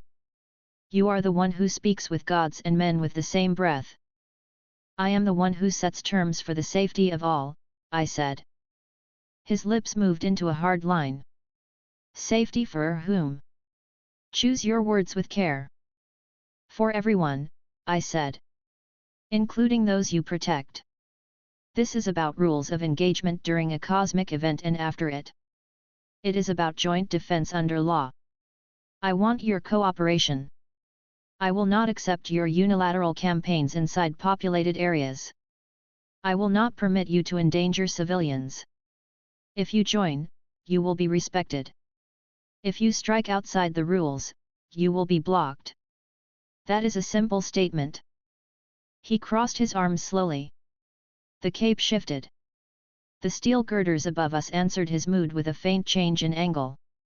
The workers on the far platform paused and looked down. I let a small firmness enter my voice. Your people are not safer alone. The League, the Avengers, Asgard, and now the X-Men have aligned. You can stand with them as a peer. Or you can stand outside and watch the world set rules without you. He held my eyes for a long time. The sea slapped the rock below. He did not blink. You want me to be good, he said. The word made a shape in his mouth that tasted like a test. You want me to forget concentration camps and graves. I am not asking you to change your past or the core of your will, I said. I am telling you that if you wish to protect mutant lives in a merged universe with gods and cosmic tyrants, you will protect them best by joining a lawful structure that will stand with you when it matters. You will sign a protocol that bars you from making war on cities. You will agree to operational caps when you move near civilians. You will accept revocation if you violate the terms. If you refuse, you will still do what you do, but you will do it without access to joint operations. And when you collide with the shield I place between you and a hospital, you will not pass. His jaw clenched. The rivets in a beam beside us vibrated and then stilled. So that is your force. I prefer consent, I said. I will not pretend otherwise. I can stop you if you harm innocents during my watch. I would rather not. I would rather you choose to stand with Xavier and your children and your grandchildren under an accord that recognizes your authority over your sanctuary and acknowledges your right to defend your people against extermination, while binding you to non-aggression against those who are not attacking you. He lowered his arms and let his hands rest at his sides. His voice was low and precise. What of governments that pass registration laws meant to cage us? We will fight those laws together with law and with measured, visible defense if the law breaks into violence, I said. We will not collapse apartment buildings to make a point. We will bring the world to the table. We will protect your people. We will not grant you license to punish the entire city because a senator wrote a bill. He watched my face. You are not human. I am responsible, I said. The workers on the scaffold went back to their tasks. A crane swung a beam into place. The hook turned slowly. The ocean wind pressed the cable and then let it hang straight again. He turned away and looked at the island's shore. He spoke to the air as if speaking to history, but he still spoke to me. I have buried children. I have rebuilt this island more times than governments have remembered our names. I will not kneel for your rules. You will not kneel, I agreed. You will sign a peer agreement. You will hold your head level with the others at the table. You will bring your acolytes and your brotherhood into a training schedule that keeps them alive and prevents collateral damage. You will accept mutual defense on the day the sky opens. You will stand down when a mission lead says stand down. Or you will decline the mission and remain sovereign here. Those are the choices. He was silent for a long time. A girl ran across the scaffolding in a hard hat 2 sizes too big, young, competent, focused. She checked a cable clamp and gave a short nod to a foreman twice her size. Eric watched her with a look that he did not show to enemies. It was small and heavy and private. He shut it down. He turned back to me. You will give me a copy of your accord, he said. I will edit it. I will return it. You will read it now, I said. I will hear your edits now. If they do not break the central protections, I will accept them. He smiled without warmth. You are efficient. Yes, I said. I held out the papers. He did not take them with his hands. He lifted them from my fingers with a whisper of metal threads in the staples. The pages spread in front of him and held steady in the air. He read. He started to speak on the third page and stopped. He read again. He reached the section on sovereignty. He nodded once. He reached the section on escalation. His mouth flattened. He read the revocation clause. He scowled slightly and then reread the evidence standard and the appeal process. He read the telepath ethics, and his hands tightened and then loosened when he saw Charles's signature line next to mine. He read the Bifrost segment and made a small sound that was not a laugh. He read the Hela summary and paused for 2 heartbeats. He turned the pages back to the beginning. He read the whole thing again. Changes, he said. The metal staples clicked softly. Add explicit language that Genosha's reconstruction zones are non-combat areas. Any pursuit onto this island requires my permission or Charles's. If the enemy lands here first, I grant permission for joint defense without delay under my lead or his. Add that all arrests of mutants during joint operations require a joint review before handover to any authority. Add that any mutant casualties trigger automatic inquiry with public results. All accepted, I said. They do not weaken safety. Add that Magneto, Eric Lane Chair, recognized sovereign of Genosha, sits as a peer on the Crisis Council alongside Xavier, Rogers, Kent, Prince, Stark, and Batman. Accepted, I said. With one modification. The Council rotates permission lead. You hold one seat. You will not override a mission lead in the field. You will argue after. He considered. Accepted. Add that if a government deploys sentinels or equivalent, it is an automatic escalation that triggers immediate joint response. Accepted, I said. With level limits and evacuation first. He raised an eyebrow. Yes. Evacuate first. Then destroy them. Evacuate first, I repeated. Then destroy them if they keep moving. He signed the last page with a slight motion of 2 fingers. The metal formed a pen from the air and wrote his name cleanly. He let the papers fall back into a stack and guided them into my hand with perfect control. I will not join your parades, he said. I will not smile for cameras. I will not apologize to men who passed laws to starve us. I am not asking for any of that, I said. I am asking that you stand where you can do the most good without killing those you do not mean to kill. I am giving you a shield that you can stand behind when the sky opens. I am requiring that you do not break the world while you protect your people. He gave a small nod. Then we have an accord. Then we have an accord, I said. He turned and raised an arm. A slice of metal rose out of the rock and formed into a bridge. He walked to the edge and looked down at the water. He inhaled slowly, then exhaled. His shoulders settled into readiness. Send your drill schedule, he said. I will bring who I choose. We will meet you on that roof. We will follow rules within the drill. We will not be handled. You will not be handled, I said. You will be trusted while you keep the terms. He snorted softly and hid the amusement. Send it. I will, I said. I left him at the shore and crossed the air to the institute again. Xavier looked up from a stack of papers. He met my eyes with a silent question. Scott stood beside him with a wary line around his mouth. Jean watched the door with open hope. Aurora stood still near the window. Logan smelled metal and frowned slightly. Magneto signed, I said.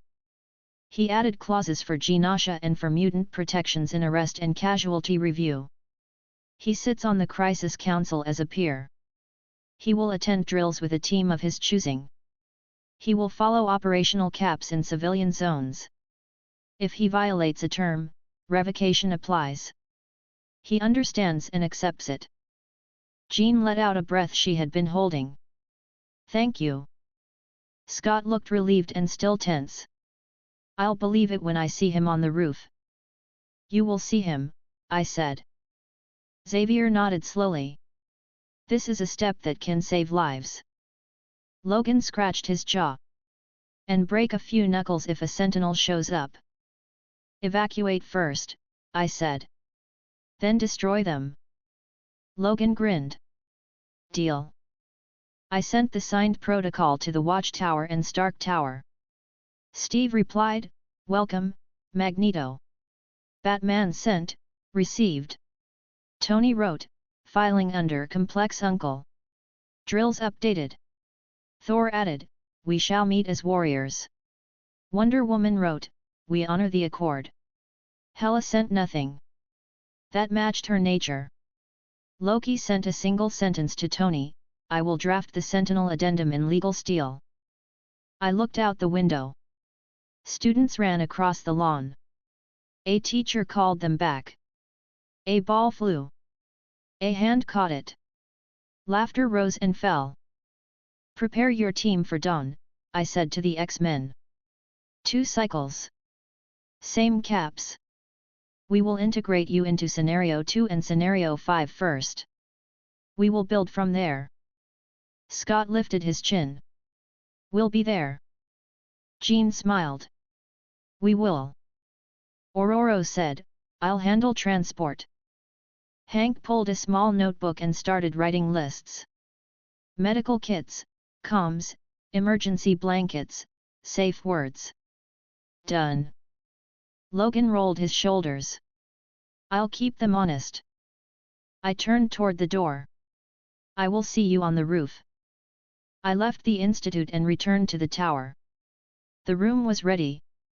Steve read the new pages. Tony marked the board. Superman and Wonder Woman stood near the window when I arrived. Thor raised his hand in greeting. Hela watched the city. Loki wrote a line and crossed it out and wrote a better one. Banner adjusted caps. Vision waited. Wanda breathed steadily. Clint and Natasha checked anchors. Batman said nothing and moved a marker by 1 centimeter on the planning screen. Cyborg raised a thumb from the watchtower. Mutant Accord signed, I said. Genosha protected as non-combat zone. Crisis Council expanded. Sentinel response standardized. Magneto attending drills with selected team. Copy, Steve said. Understood, Batman said. Good, Superman said. Wonder Woman nodded. We will make space. Tony smiled with brief approval. Welcome to the circus. Thor lifted Mjolnir in acknowledgement. We train. Wanda's shoulders relaxed. Jean will be here, she said quietly. There was warmth in her voice. Loki raised one eyebrow. I will enjoy Magneto's edits. Hela looked at me with steady eyes. If a sentinel breaches a gate tied to my domain, I will inform you first. Yes, I said. I looked at the drill board and then at the sky. The day maintained its quiet. The distant confrontation held. The seams were firm. The alliances were real. The rules were clear. We begin integration at dawn, I said. They prepared. Chapter 11, Mixed Drills with Mutants. Dawn light reached the glass. The tower woke on time. Systems came up in order. The joint roster assembled without delay. The Justice League took their positions with habitual calm. The Avengers checked their stations with clean discipline. The elevator opened again. The first X-Men stepped out. Scott Summers entered with visor set. His stride was direct. Jean Grey followed with a steady expression and bright focus. Aurora Monroe moved with measured pace, eyes alert. Hank McCoy carried a compact case and a tablet. Logan arrived last from their group with hands loose and eyes forward. Magneto appeared a moment later. He did not look around. He measured the room once and held that measurement. His cape fell straight. His helmet stayed in place. They stopped by the table. Steve met them halfway. He offered his hand. Scott shook it with firm pressure. "Good to have you," Steve said. "Thank you," Scott said. "We are ready." Tony looked at Hank's case. "You brought tools." Hank's mouth lifted slightly. "I always bring tools." Superman approached with even posture. He nodded to Charles, who was not present, but the recognition carried through the students. "We appreciate you coming." Jean answered with a small smile. "We appreciate the invitation." Batman stepped to the board. "We begin at the time set. We will keep the caps. We will stop on my call or on Steve's call or on Featherine's call. No one continues past a stop." "Correct," I said. 2 cycles. Scenario 2 and Scenario 5 with integration. Telepathic ethics in effect. Magnetism caps enforced with live urban infrastructure model. Vision and Hank will run joint harmonics. Jean and Diana will coordinate information request protocol. All logs live. Wonder Woman stood near the forward rail and lifted a hand in greeting. "Jean." "Diana," Jean replied. Her tone held respect and clarity. Thor stepped in front of Magneto with open ease. "Eric." Magneto glanced at him without any shift in the jaw. "Thor." Loki looked down and hid a smile. He returned to his papers. Hela stood at the window and watched the river. She did not turn. I raised my hand. The helipad grid formed overhead. The roof door opened. Everyone moved outside in smooth lines.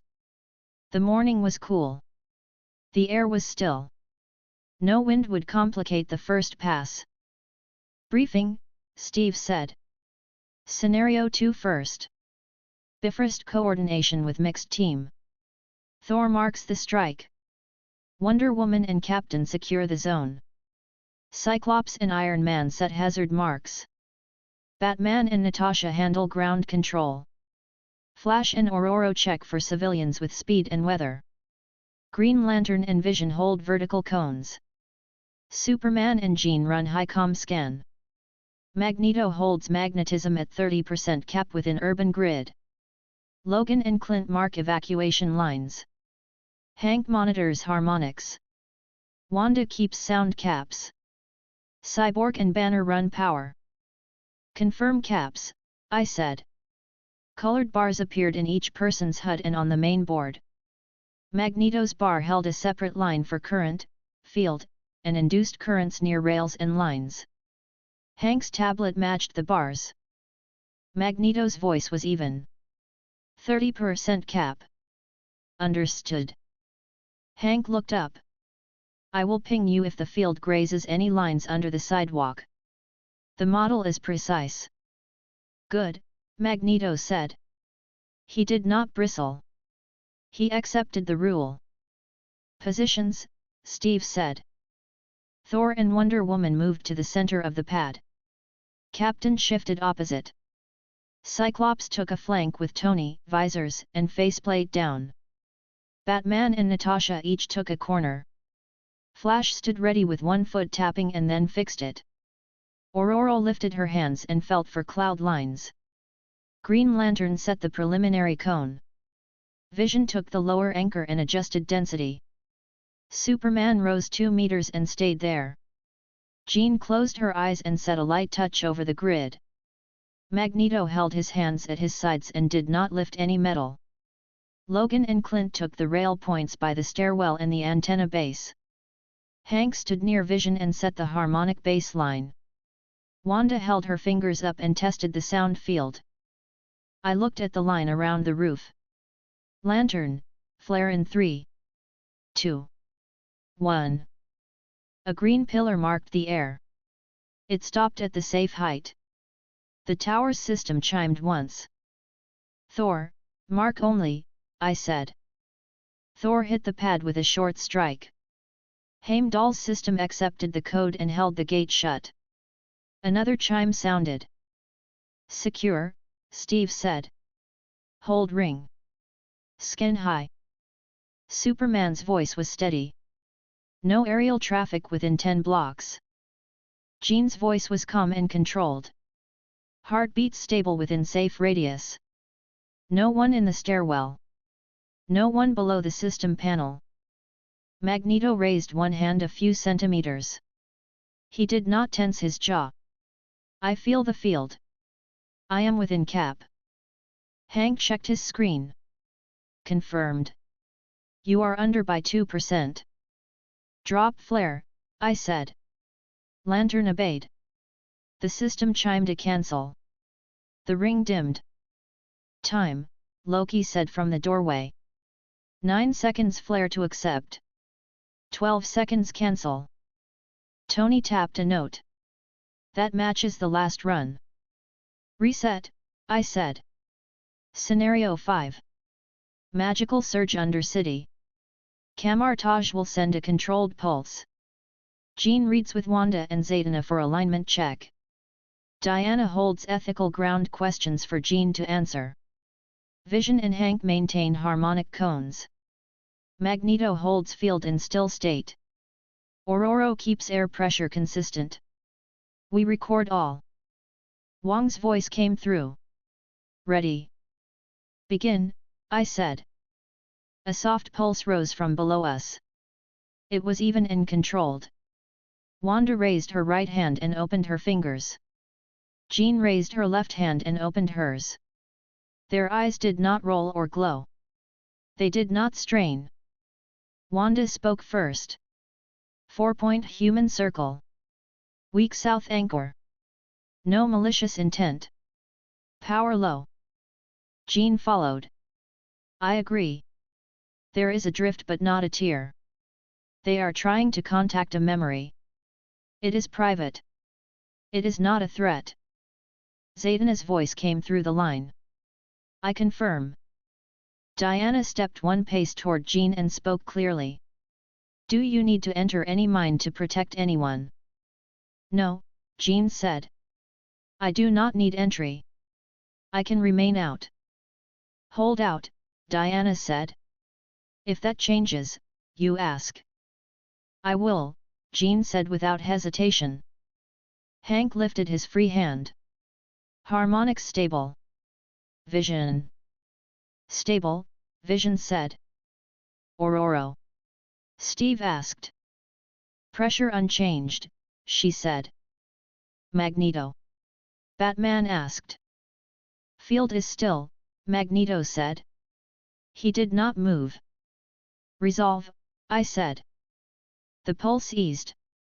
The circle below closed. The tone settled. Logged, Cyborg said from the watchtower. Logged, Tony said. Good, Steve said. Reset. We paused for 1 minute. People drank water. No one spoke loudly. Magneto did not step away from the marked line. He kept his hands at his sides and his jaw unlocked. Scott stood near him for that minute. He did not speak either. Their shoulders eased a little. I brought up the urban infrastructure model on a side wall. The map showed power lines, subway rails, water mains, cell towers, and antenna arrays in a 3-block radius. Magneto looked at it with full attention. Scenario 2B, I said. Bifrost coordination with elevated magnetism cap test.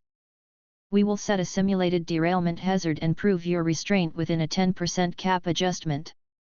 You will stop below the threshold. Hank will count out loud if you approach any region of concern. Vision will damp if needed. Understood, Magneto said. Hank pointed to the map. These are your red lines. They are not the same as your old city.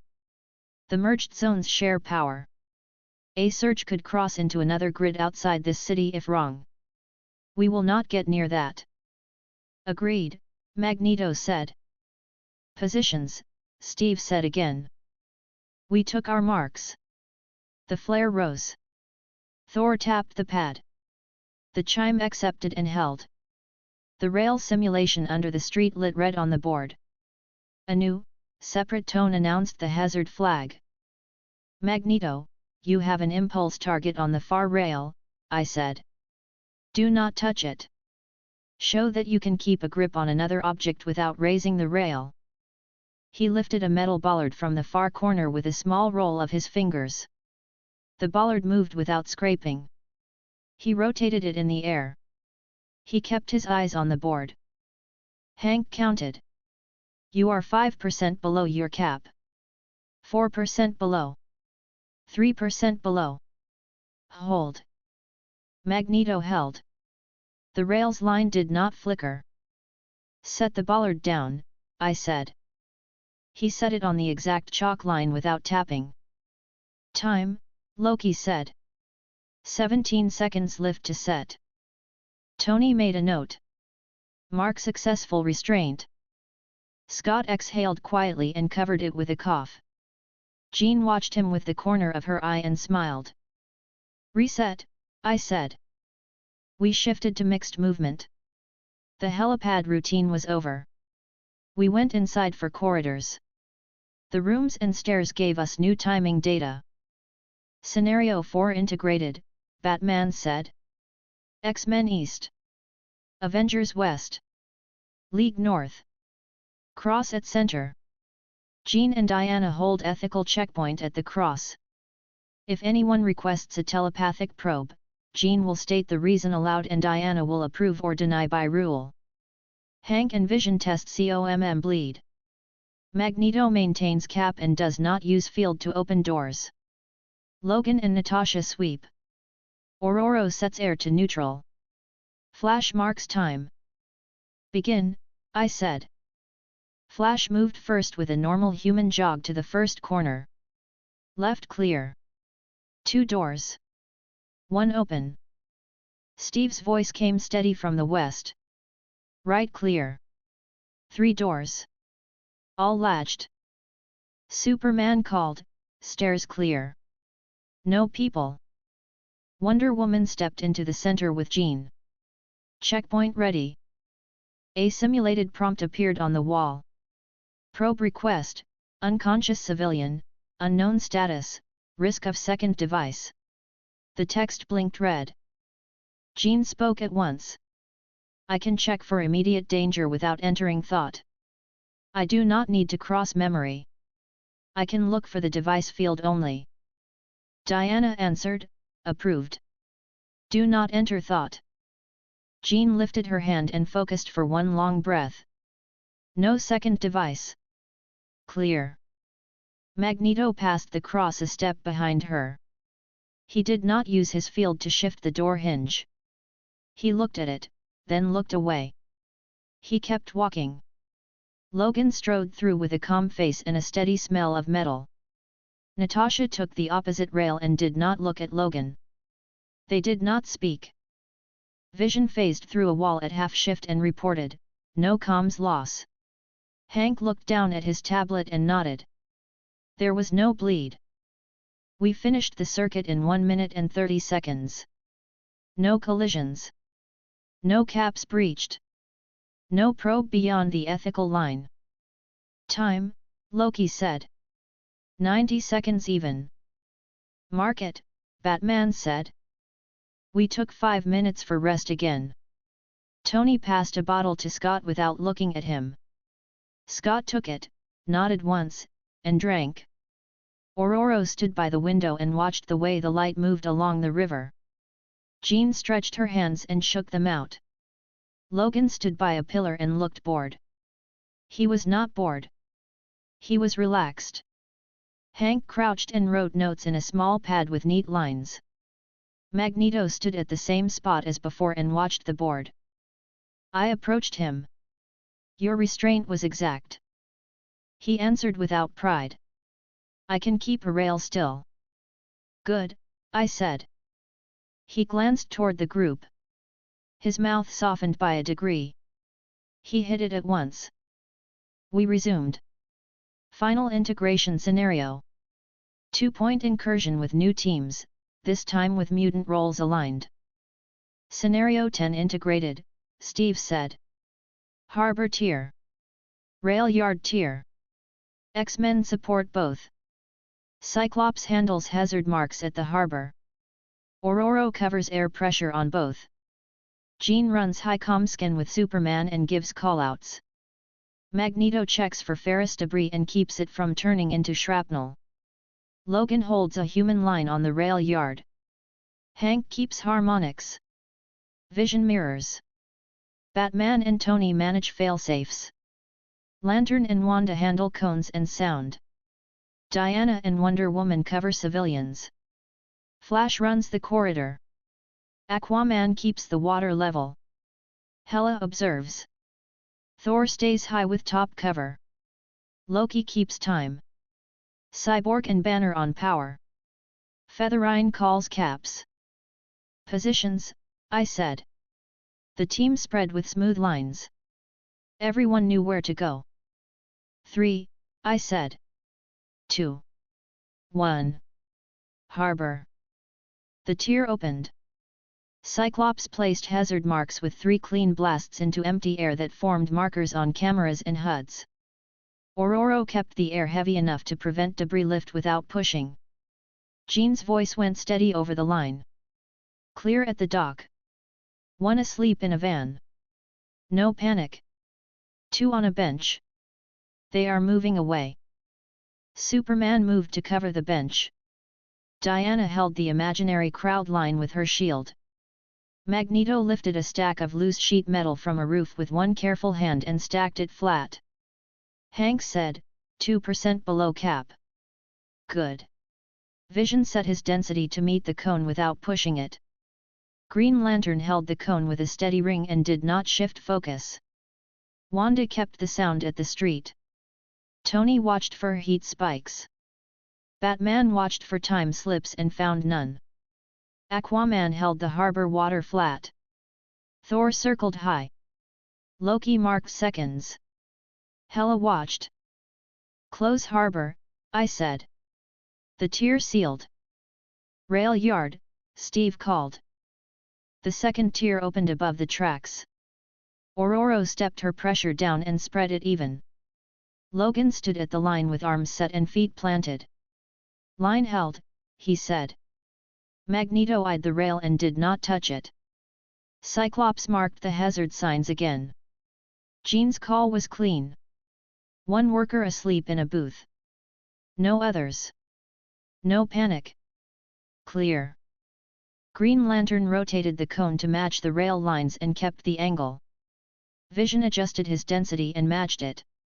Wanda caught a side noise and pinned it. Tony checked a drain for a pressure spike. None appeared. Batman marked the time. Hank watched the harmonics and adjusted the target by 1 frequency point. Caps to 70, I said. Hold. Everyone held. The bars rose and held. Release, I said. The tier closed. The sound felt ordinary again. The morning returned. Time, Loki said. 9 minutes, 39 seconds all told. No breaches. No ethics flags. No infrastructure hits. Tony lowered to the floor. That is a pass. Batman wrote something and snapped the pen closed. File the video and the data. Cut 2 seconds from corridor crossings. Steve looked around at everyone with calm satisfaction. Good work. Superman smiled. Very good work. Wonder Woman lowered her shield and looked toward Jean. You handled the check with control. Thank you. Jean's shoulders loosened. You gave clear rules. That made it easy. Scott came to stand beside her. We can do that again. Thor clapped Magneto on the shoulder with simple approval. Magneto allowed it and did not step away. You held restraint like a king, Thor said. Magneto did not smile. I did not damage a rail. He looked at me. Your cap is tight. It protects the city, I said. You proved you can honor it. He accepted that and did not argue. Hank replaced the tablet in his case. The harmonic profile with vision is clean. We can write a standard. I will draft it. Vision nodded. I will CO author. Aurora looked at the sky. Weather will be clear for the next 2 hours. You can schedule a second run or hold. Hold, I said. We have enough for the first day. We will write standards now. We will run again tomorrow. Wanda breathed out and smiled lightly at Jean. It is good to work with you. Jean smiled back. It is good to work with you. Logan rolled his shoulders. These ropes and cones will matter when things get loud. Clint nodded. They keep stray metal from turning into darts. Magneto heard that and met Clint's eyes for one beat. Yes. Hela wrote 2 lines and placed them on the table with the other log. No gates. No claims. No deaths. Logged, I said. We moved inside. The room shifted to paperwork and standards. No one dragged their feet. People sat or stood where they wanted and wrote or typed what was needed. Hank wrote the Vision harmonic standard in a direct voice. Vision corrected a term, and Hank adopted the correction. They wrote a test at the end. Tony set the magnetism cap chart into the main board with colors that did not mislead. Magneto read each cell and did not ask to change them. He placed his hand on the table and tapped once to mark acceptance. Scott built a drill tree for Cyclops marks that used camera feeds. Clint attached it to the anchor plan. Aurora wrote a weather section that defined pressure holds and wind caps for tiers and for fires. Aquaman wrote a water section that matched it with clear numbers. Wanda and Jean wrote the ethics checklist together in simple lines. Diana read it and nodded at the phrasing. Batman appended the revocation process for violations in clean text and signed it. Steve signed below him. I stamped the set. Cyborg pushed the files to Stark Tower, the Watchtower, the Institute, and Genosha. Xavier replied, received. Eric did not send a message. He remained in the room and watched the files land. Tony stood up and stretched. We need one more set. Telepathic protocol for mass casualty triage. Short and simple. Jean started to speak. She paused and looked to Diana. Diana's voice was clear. State the reason. Identify the target group. Seek consent when feasible. If consent cannot be obtained and 1,000 lives or more are at immediate risk, proceed with the least intrusive scan that can achieve the objective. Record the decision. Submit to review. Jean wrote it word for word. Signed, she said. Batman added, all usage is logged. No exceptions. Logged, Cyborg said. He wrote a script that would do it with no gaps. We paused. The room fell into steady quiet. Magneto stood and walked to the window. He looked at the city without comment. He set his hand on the glass without pressure. He removed it and left no mark. He returned to the table. Drill 2 tomorrow at the same time, Steve said. Agreed, Batman said. Agreed, I said. Magneto nodded once. Genosha will attend with a short team. We will not bring anyone who cannot hold a cap. Good, I said. Bring who you choose. He faced Jean and Scott. He did not cruelly test them. He did not attempt to unsettle them. He gave them a small nod. They nodded back. Aurora looked toward him and said nothing. He returned the look with restraint and walked toward the door. Logan watched him go. He did not growl. He did not smile either. He simply watched. His shoulders were relaxed. Jean placed her pen on the table and folded her hands. We will bring students who are ready later. Not now. Correct, I said. Adults only until the standard is lived. She agreed with visible relief. Thank you. Hank zipped his case and lifted it. I will build a portable harmonics unit for field drills. Vision, I will send you a parts list. I will review it, Vision said. Thor leaned on the back of a chair and smiled.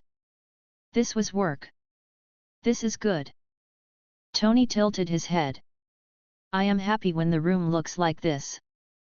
Wanda smiled at him. You like order.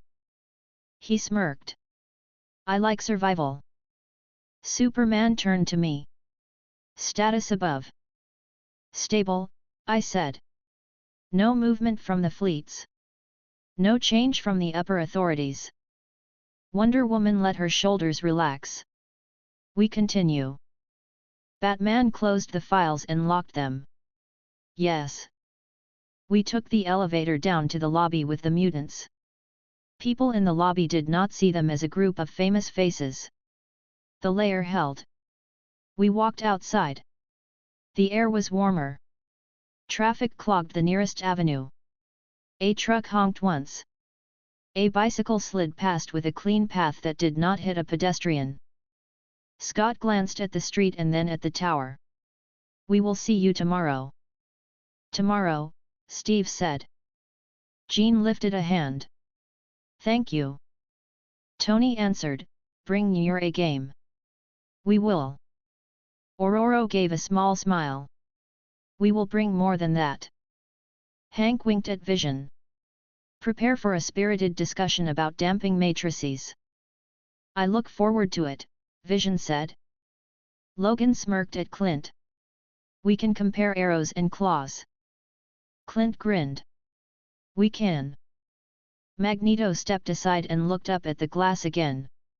He did not speak. He moved a small coin in his pocket with one finger and then stopped. He let the coin rest. He nodded once to no one and walked away at even pace. I watched them go until they turned the corner. I adjusted the city's data feed to include 2 new lines for tomorrow's weather and rail use. I kept the magnetism maps ready. I saved the morning. I returned upstairs. Steve sat and rubbed his wrists and stood again. He did not want to sit long. Tony walked to the window and looked, then walked back and calibrated a small setting. Thor left to speak with Heimdall through the channel. Loki finished his notes and stacked them. Hela returned to her quiet post by the glass. Wanda drank water and breathed evenly. Vision stood still and read Hank's standard again. Bruce closed one display and opened another. Clint cleaned his bow. Natasha typed. Superman checked the sky. Batman reviewed a camera feed and then closed it. Wonder Woman watched everyone and then the city. Next steps, I said. We review data with Batman, Tony, and Cyborg to shave 1 second from corridor crossings. We add the harmonics standard to the board. We set the arrest review stream with Magneto's clause at the legal layer. We test the Sentinel addendum with a simulated signal only. No suits. Only detection. On it, Tony said. On it, Batman said. Cyborg gave a thumbs up on the screen. On it. I kept the room steady until the work ended. Chapter 12, Doomsday on the line. The alert reached every channel at once. I lifted my head from the board and read the signal without hesitation. Doomsday has arrived, I said. All teams deploy. Follow protocols. I will maintain the field. I will not engage. Steve's jaw set. Avengers, move. Superman's eyes narrowed. Justice League, to me. Batman stabbed the call key. Cyborg, full broadcast. Green Lantern, shell. Flash, evacuation. Cyborg's voice came back fast. Broadcast up. Civil band receiving. Evac routes are live. Thor's hand closed around Mjolnir. Point me. Metropolis, I said. Central Rail Exchange. Move now. Magnetism caps hold. No metal shrapnel. Sound caps engage. Hela, observe. Do not act without request. Hela's voice was quiet. I am watching. I opened transit paths. The watchtower ringed the target with shields that did not touch civilians. Stark Tower synchronized local sensors. I kept the atmosphere steady above the impact zone. The first hit shook 4 blocks. Concrete shifted. Glass fell. Sirens began immediately. The monster rose from a crater of torn street and smashed steel. Bone plates jutted from its skin. Its gaze carried no thought. It moved toward the nearest motion. Superman arrived first. He struck Doomsday in the chest and drove it backward 3 meters. Wonder Woman landed at his left and held her shield in a firm grip. Batman landed on a rooftop and spoke into the channel without panic. Civilians on the northwest platform. Flash, get them out. Aquaman, watch the mains. On it, Flash said. He moved and returned with 3 people before a heartbeat. Then he moved again and again. His voice stayed even.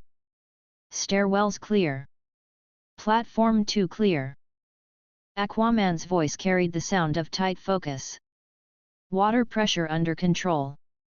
No bursts. Green Lantern's ring flared. He snapped a cage around Doomsday and braced. The monster pushed into it. The cage held for a count of 2 and then cracked. Thor hit from above with a hammer blow that formed a clean shock into the ground without a wave. Doomsday staggered and slammed both fists into the street. A wave of debris rose. Wanda, Steve said. I have it, Wanda answered. The debris slowed and dropped. She panted once, then steadied. Fine. Vision passed through the dust and solidified at Doomsday's side. He pushed his density high and anchored the monster's arm. Doomsday tore free and struck Vision across the face. Vision spun and recovered. Banner, Tony said. Bruce removed his glasses without a word. His shoulders tightened. His breath came out rough once and then the Hulk stood there breathing hard. He looked up with a small, eager grin and launched. His punch landed high on Doomsday's jaw. The monster slid a step and then charged him. They collided and rolled. The street cracked in a deep line.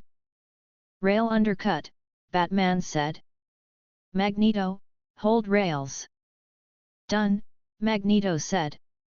He held his hands out and flattened his palms. The rails bent softly into alignment and locked. He stopped there. I will not raise more than necessary. Good, I said. Maintain 30%. Cyclops jumped to a car roof and painted hazard marks in clean bars that cameras and HUDs read at once. Clear Zone 1. Clear Zone 2. Keep tier lines red. Scott's voice cut through in steady calls. Jean stood at the edge of the platform under a canopy. Her eyes were sharp. Evacuation patterns are clean, she said. I'm reading a panic cluster on the south mezzanine. Flash. Got them, Flash said. He blurred and returned with a group of 6. He set them behind a barrier. Go. Aurora's hands rose. She pressed against the air gently and lowered dust and heat without turning the fight. Air steady. Hank and Vision kept harmonics matched. Hank's voice stayed precise. Tower shields at 98%. Adjusting. Wonder Woman moved with controlled aggression. She stepped into Doomsday's path when the monster tried to turn toward Flash. She slammed her shield into its face. The sound was hard and brief. Her feet held their place. Superman struck high again. His voice was clipped. Diana, left. Left, she said. They moved together like a practiced pair. Thor streaked down and swung for Doomsday's back plates. The hammer blow landed. The bone spurs cracked and regrew as I expected. Thor did not repeat the same swing. He cut lower and then pulled back. Noted, Thor said. Tony fired a sustained beam and then cut it before the heat spiked to dangerous levels. Caps holding. Repositioning. Natasha slid across a low roof and set remote charges that shaped the space, not the monster. Blockers in place. Entry closed. Clint set 2 anchor lines and jerked them tight. Anchors set east. Wanda lifted both hands and softened the impact field around 2 toppled cars. They settled with less noise and no crush. Clear there. Batman threw a batarang. It hit Doomsday in the eye and exploded into bright magnesium. The monster flinched. Wonder Woman took the opening and cut a thin line across its left side. The line closed fast. Adaptation beginning, I said. Change patterns every hit. Superman heard me and nodded once. He switched to tight body blows and kept moving. Civilians remaining, Cyborg reported. 23 at sub-level. Locked door. Logan, Steve said. On it, Logan answered. He dropped to the stairwell. Metal hissed. The door opened. He guided the group up with a steady hand and a stern voice. Heads down. Move. Magneto raised 2 fallen lamp posts and laid them flat to form a ramp for exit. He kept his gaze steady. He did not lift the rails. Thank you, Logan said as he passed. Go, Magneto said. Hela stood on a light pole with no weight. Her eyes tracked the whole field. She spoke without emotion. No gates. One near event at the first strike. The man breathes. No claim. Hold, I said. No action. I am holding, she said. Doctor Strange arrived through a ring of steady gold light with Wong beside him. They did not import noise. They placed a barrier wall where a building had lost its corner. Zatanna's voice came over the League line as she worked a stabilizer at a broken street lamp. We hold the Leylands. No spill. Dr. Fate hovered with golden light a block away and set an anchor above the largest crack. His voice stayed measured. Containment field engaged. Cyborg's tone was precise. Broadcast to civilian networks, stay indoors, move to interior hallways, leave the roads clear. Aquaman bent slightly and pushed a burst of city water back into its pipe before it could flood the stairs. Pressure stabilized. Green Lantern's eyes narrowed. He formed a huge clamp and then changed it before Doomsday could adapt. He shaped a cradle instead, with no bars, and forced the weight into the ground for a second. Doomsday punched up and broke free. The cradle shattered and reformed as a wedge. Lantern shifted again. Keep changing, Batman said. I hear you, Lantern said. Thor took a serious hit. Doomsday clipped him across the chin. Thor's head snapped back. He landed on his feet, shook once, and grinned. Again, he said. He flew and hit Doomsday in the ribs. Hulk roared into the monster and slammed it into a bus. The bus deformed and slid. Wanda slowed the slide enough to prevent the crash into the storefront. She grit her teeth. Okay, she said. Her hands shook once and then steadied. Tony shifted altitude and fired a high-pitched pulse just to throw the monster's balance. Doomsday paused for half a second. Wonder Woman stepped in and smashed her shield into its knee. The joint bent sideways and snapped back in a new alignment. Adaptation climbed. Recording, I said. Do not repeat patterns. Copy, Steve said. Copy, Batman said. Jean stood with Diana's ethics card in her head. She kept to it without prompting. I will not enter mines. I can flag incoming impacts. 3 seconds warning southwest. 2 seconds. Move, Steve said. He stepped left and pulled a man in a uniform behind cover. The impact tore the wall where they had stood. Dust puffed. He coughed and raised his shield. Thanks. Welcome, Jean said. Scott tracked the monster's path and marked hazard points before they existed. Red. Red. Red. Do not cross. Clint saw the red and changed position. Copy. Natasha read the red and dropped into a hole and rolled to her feet. Clear. Magneto kept the rails flat and quiet. He raised a crushed streetlight base to stop a rolling car, then set it down carefully. He pushed his field at Doomsday's bones experimentally and stopped when he felt the ugly feedback. Not metal. Moving on. Not metal, Hank echoed, eyes on his screen. Vision phased half his body into Doomsday's torso and tried to solidify. The monster adapted and rejected the phase. Vision slid out fast and reset. I will not try that again. Do not, I said. Change tool. Understood, Vision said. He increased density and became Anvil instead. Superman drew Doomsday into the air and away from the largest crowd. The monster dragged him back down by the cape and smashed him into the asphalt. Superman rolled to his feet and spat dust. Fine, he said quietly. Wonder Woman looked at him and gave the smallest nod. They moved in tandem again. She lifted her sword and turned the flat to avoid cutting civilians with a skip. Thor and Hulk took opposite sides and hit. Doomsday held the blows and swung with both arms. Hulk blocked with his forearm and grunted. Thor took the hit and spun back in with a knee. The strike made a heavy sound. Caps, Banner warned from the board. Thor at 80 for a second. Drop. Dropping, Thor said. He adjusted. Tony pulled energy down across the district by 2% to give the grid breathing room. Done. Cyborg mirrored him in the watchtower. Mirrored.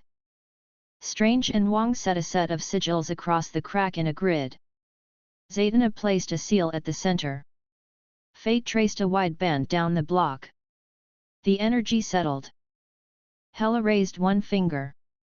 Gate opening at the far corner. Now closed. No death. Logged, I said. Magneto looked toward a collapsed balcony. 2 people were pinned under the edge. I will lift. He flicked his fingers in small controlled arcs. Screws untwisted. The slab rose an inch, then 2, then 4. He stopped. Get them out. Flash slid in and lifted both out like bags of flour. Clear. Lower, Magneto said. He set the slab down quietly. He returned his gaze to the rails. Batman's voice was low and steady. Reposition the fight south by 1 block. Too many weak buildings here. On me, Superman said. He flew into Doomsday and dragged. Wonder Woman pushed from the side. Thor slammed from behind in a line that moved the monster like a truck. Hulk shoved with both hands. The monster fought. They ground forward together a dozen steps. The street cracked in a long line. The fight moved south. Good, Batman said. Aquaman nodded to himself. Water mains clear. Green Lantern built a staircase that would break as soon as it was used and then break again. Doomsday ran up it by accident and jumped. Thor met him and swatted him left. The monster smashed a newsstand. Wanda caught the roof as it fell and put it down. Clint grimaced and marked another hazard point. "Thanks," Clint said. "Welcome," Wanda said. Tony flew low and grabbed a piece of rebar before it could stab a fleeing dog. He tossed it aside. He knew no one saw him do it. He did not care. He went back up. Jean's voice came sharp. "East. Inbound helicopter.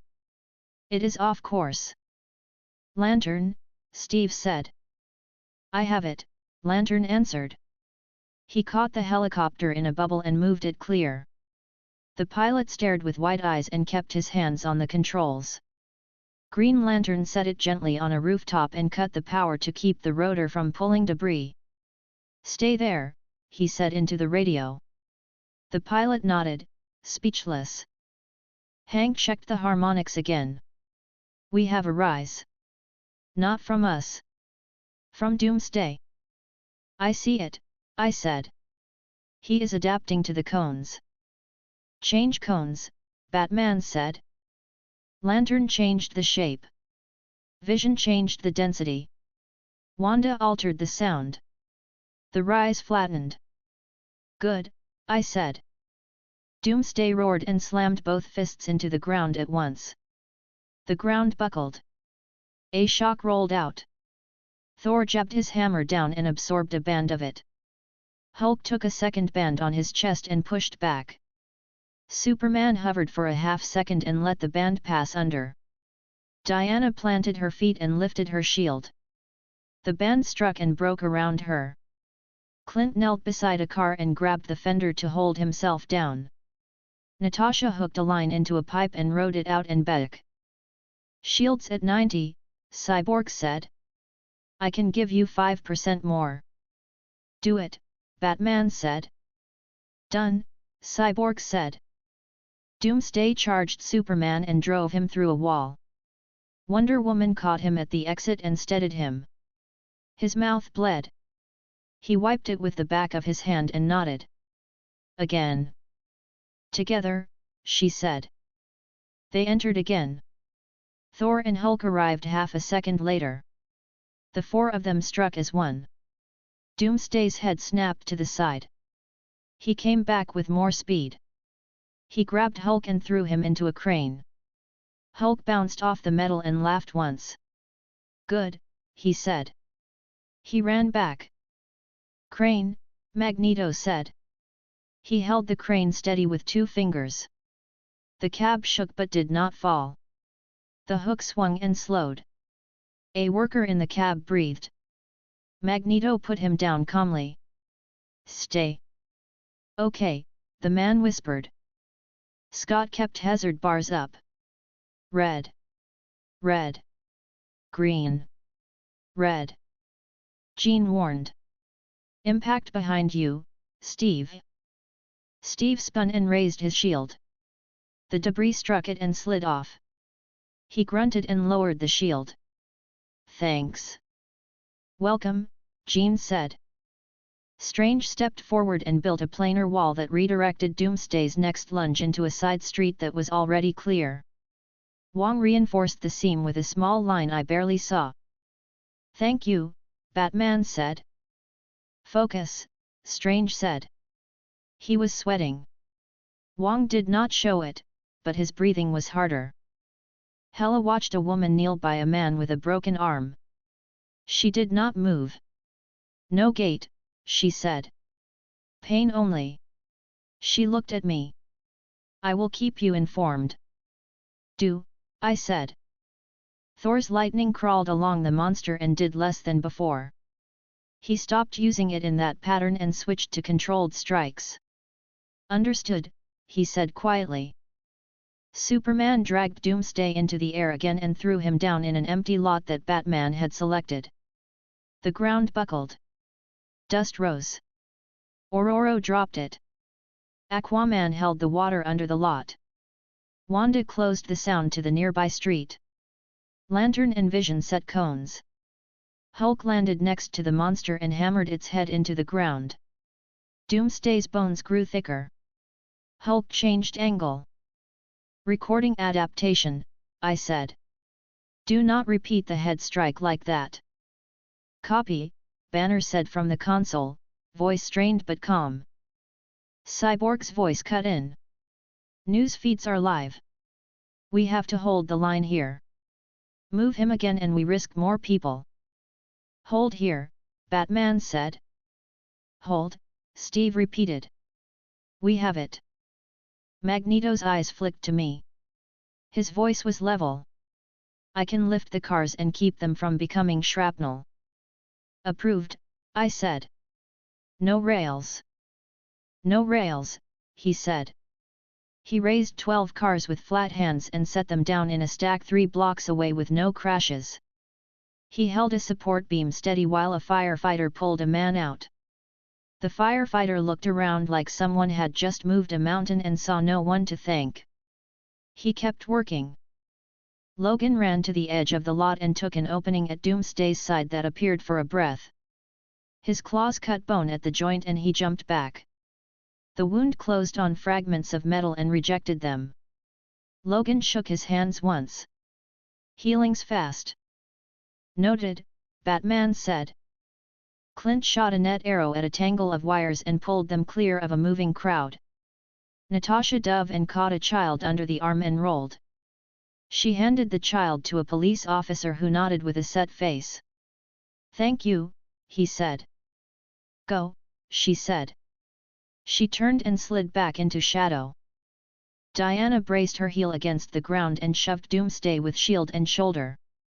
Her breath was loud for 1 second and then quiet again.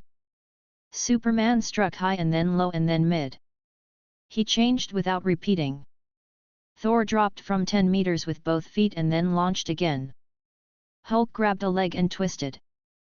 The monster punched him in the ear. Hulk grunted and hit back. Caps, I said. All under 90. Maintain. Tony drifted lower and whispered into Steve's channel. We can lure him into the containment wedge Strange is building. It will not last, but it will give us a minute. Steve glanced at the golden lines. Featherine. Approved, I said. Do it. Strange nodded without looking at us. I can hold 60 seconds. Make it enough, Batman said. Green Lantern formed lines that guided the monster's momentum without becoming cages. Vision anchored the lower lines with density. Aquaman kept the water still. Aurora kept the air flat. Wanda closed sound on the alley exits. Scott marked red zones. Jean watched people and gave Steve callouts. Logan watched the monster's feet and moved when needed. Magneto kept the rails at rest. Hank watched the harmonics. Now, Steve said. Thor, Superman, Wonder Woman, and Hulk hit together and drove Doomsday into the wedge. Strange and Wong closed the last seam. Zatanna sealed the bottom. Fate pressed the top. The wedge held. The monster slammed against its sides and snarled. The golden lines shook. 50 seconds, Strange said. Record, Batman said. Tony took the time to pull 3 injured from a car and drop them with paramedics. He spoke softly to one. You'll be fine. He took off before the man could answer. Wanda panted and kept the sound down.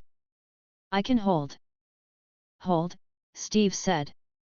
Hela looked down and lifted her hand by an inch. No gates. One close. He lives. Good, I said. Lantern's eyes narrowed. He added a layer to the wedge. Vision changed density to match. The lines brightened. The wedge held at the 20-second mark. Doomsday set himself and smashed both fists into one corner. The corner bent. Strange hissed. Wong grunted. Fate dropped lower. 10 seconds, Strange said. Get ready, Batman said. Ready, Steve said. Thor lifted the hammer. His face was set. Hulk rolled his shoulders. Superman wiped blood from his lower lip. Wonder Woman shook dust off her hair and reset her grip. 3, Strange said. 2. 1. The wedge broke. Doomsday burst out and swung hard at Thor. Thor blocked and slid back 3 meters. He shook his head and stepped forward again. Move him west, Batman said. 2 blocks to the open square. West, Steve said. They shifted and hit in a chain like we had rehearsed, but with this enemy it was never routine. Doomsday adapted mid-move and changed its stride. Hulk caught the angle and forced it back onto the line. Superman added a push. Wonder Woman set her shoulder. Thor struck the flank. They moved it west. Civilians cleared the square under Flash's guidance. Police and firefighters created a firm line and held it. Aquaman stood at a hydrant and kept it shut with precise force. Aurora kept air pressure normal. Wanda controlled the sound of screaming far edges. Magneto lifted a pile of rebar and locked it into a safe block. Hank tied down harmonics. Vision set density anchors. Lantern formed cones that changed shapes too fast to record a pattern. Tony spun above as eyes and failsafe. Doomsday roared again. It struck the ground and jumped up. Thor met it. The 2 bodies collided with a hard sound. Thor's teeth showed. He slammed the hammer into Doomsday's shoulder and knocked it sideways. Hulk caught it in a bear hug and lifted. It slammed him into the pavement and broke his grip. Hulk laughed once and grabbed again. Contain, Steve said. Containing, Wonder Woman said. Superman hit. Batman read the timers. 2 minutes until the next grid surge. Tony. I see it, Tony said. I'll spread it. Spread, Cyborg said. Mirroring. Hela turned her head toward the south. A man's heart is stopping. Send me coordinates, I said. She sent them. Strange portaled 2 medics directly to the man and out again in one smooth motion. The man coughed and breathed. Hela dropped her hand. No gate. Logged, I said. Doomsday threw Hulk through a kiosk. Hulk jumped out and spit wood. That tasted bad, he said. He flexed his fingers and charged. Wonder Woman caught the monster's wrist with a lasso and pulled it off balance. It twisted and yanked. She tightened and braced. Superman struck its knee. Thor hit the other side. The knee bent. Doomsday straightened it with a crack. The bone there grew thicker. Adaptation record updated, I said. Expect faster counter. Copy, Batman said. Magneto stepped 1 pace closer. He raised a metal plate to shield a group of officers from flying debris. He dropped it and did not press the field outward. He did not try to crush. He obeyed the cap. He looked at me for 1 second. I met his eyes and gave a tiny nod. He looked back at the fight. Jean reported without raising her voice. A mother and 2 children are lost near the southeast parking area. Flash, Steve said. Found them, Flash said. He guided them out gently. The mother cried with relief and covered her mouth. He placed her hand on the child's shoulder. Go, he said. He ran again. Lantern's cone turned into a helix and then a wall and then a gravity well. Vision met the changes and matched them. Wanda cut sound to the nearest building and held. Battery at 68%, Lantern said. Good, I said. Plenty left. Tony checked his own readouts. I'm fine. Fine, Cyborg echoed for his side. Superman moved in again. He struck, pulled back, struck again, and did not stop. Wonder Woman took an opening and hammered Doomsday across the face with the rim of her shield. Hulk hit from behind with both hands. Thor slammed an elbow. The monster responded with a headbutt that smashed into Superman's cheekbone. Blood sprayed. He wiped it away and kept going. "I'm fine," he said. "Medical is ready," Batman said. "After," Superman said. The square took the weight. The ground cracked but did not sink. The city bent and held. I kept my eyes on every corner. I watched the rails and the wires. I watched the water and the air. I watched the mines and the gates. I watched the caps and the hands. I made small corrections. I let the fight run. It would not end yet. Chapter 13, 2 minutes to seal. The square held the fight. The ground was cracked but stable. The perimeter was clear. I made the decision and spoke without delay. "We are switching to timed containment," I said. "We will build a hard seal for transport into a lawful holding pocket. I will coordinate. You will keep Doomsday inside the ring for 120 seconds. No stray hits. No repeats. Prepare now." Batman answered at once. "Understood." Steve did not look away from the fight. "We'll hold the ring." Doctor Strange turned his head a fraction toward me. "Define the geometry." "8-node lattice," I said. "Order on the capstone. Sorcery on the seams. Lantern hard light as frame. Vision density as anchors. Zatanna as lock phrase. Wanda as dampener. Fate as adjudicative sealing. I will enforce the pocket and bind the transport to an authorized corridor. No bleed. No civilian risk." Dr. Fate's helm tilted. "I can hold the ceiling." "Hold it," I said. "Begin on my call." I pointed to the corners of the square. Positions. Strange at north. Fate at south. Lantern on east frame. Vision on west frame. Zatanna to the northeast seam. Wanda to the southwest seam. Cyborg, raise the shield band by 3% and keep the grid steady. Tony, drop non-essential draw in a 3-block radius. Batman, feed me the safest floor level. Aquaman, lock the mains. Aurora, hold the air flat. Magneto, keep all ferrous mass inert. Cyclops, give cameras clear markers. Flash, remove any remaining civilians from the sublevels. Jean, monitor the whole field and give simple callouts. Hela, observe only. Thor, Superman, Wonder Woman, Hulk, rotate strikes and push toward the center. No body throws. No ground spikes. Keep him in the circle. The answers came in a clean, overlapping flow. "Copy," Steve said. "Copy," Batman said. "Ready," Strange said. "Ready," Fate said. "Ready," Lantern said. "Anchors set," Vision said. "Here," Wanda said, moving to the seam I pointed to.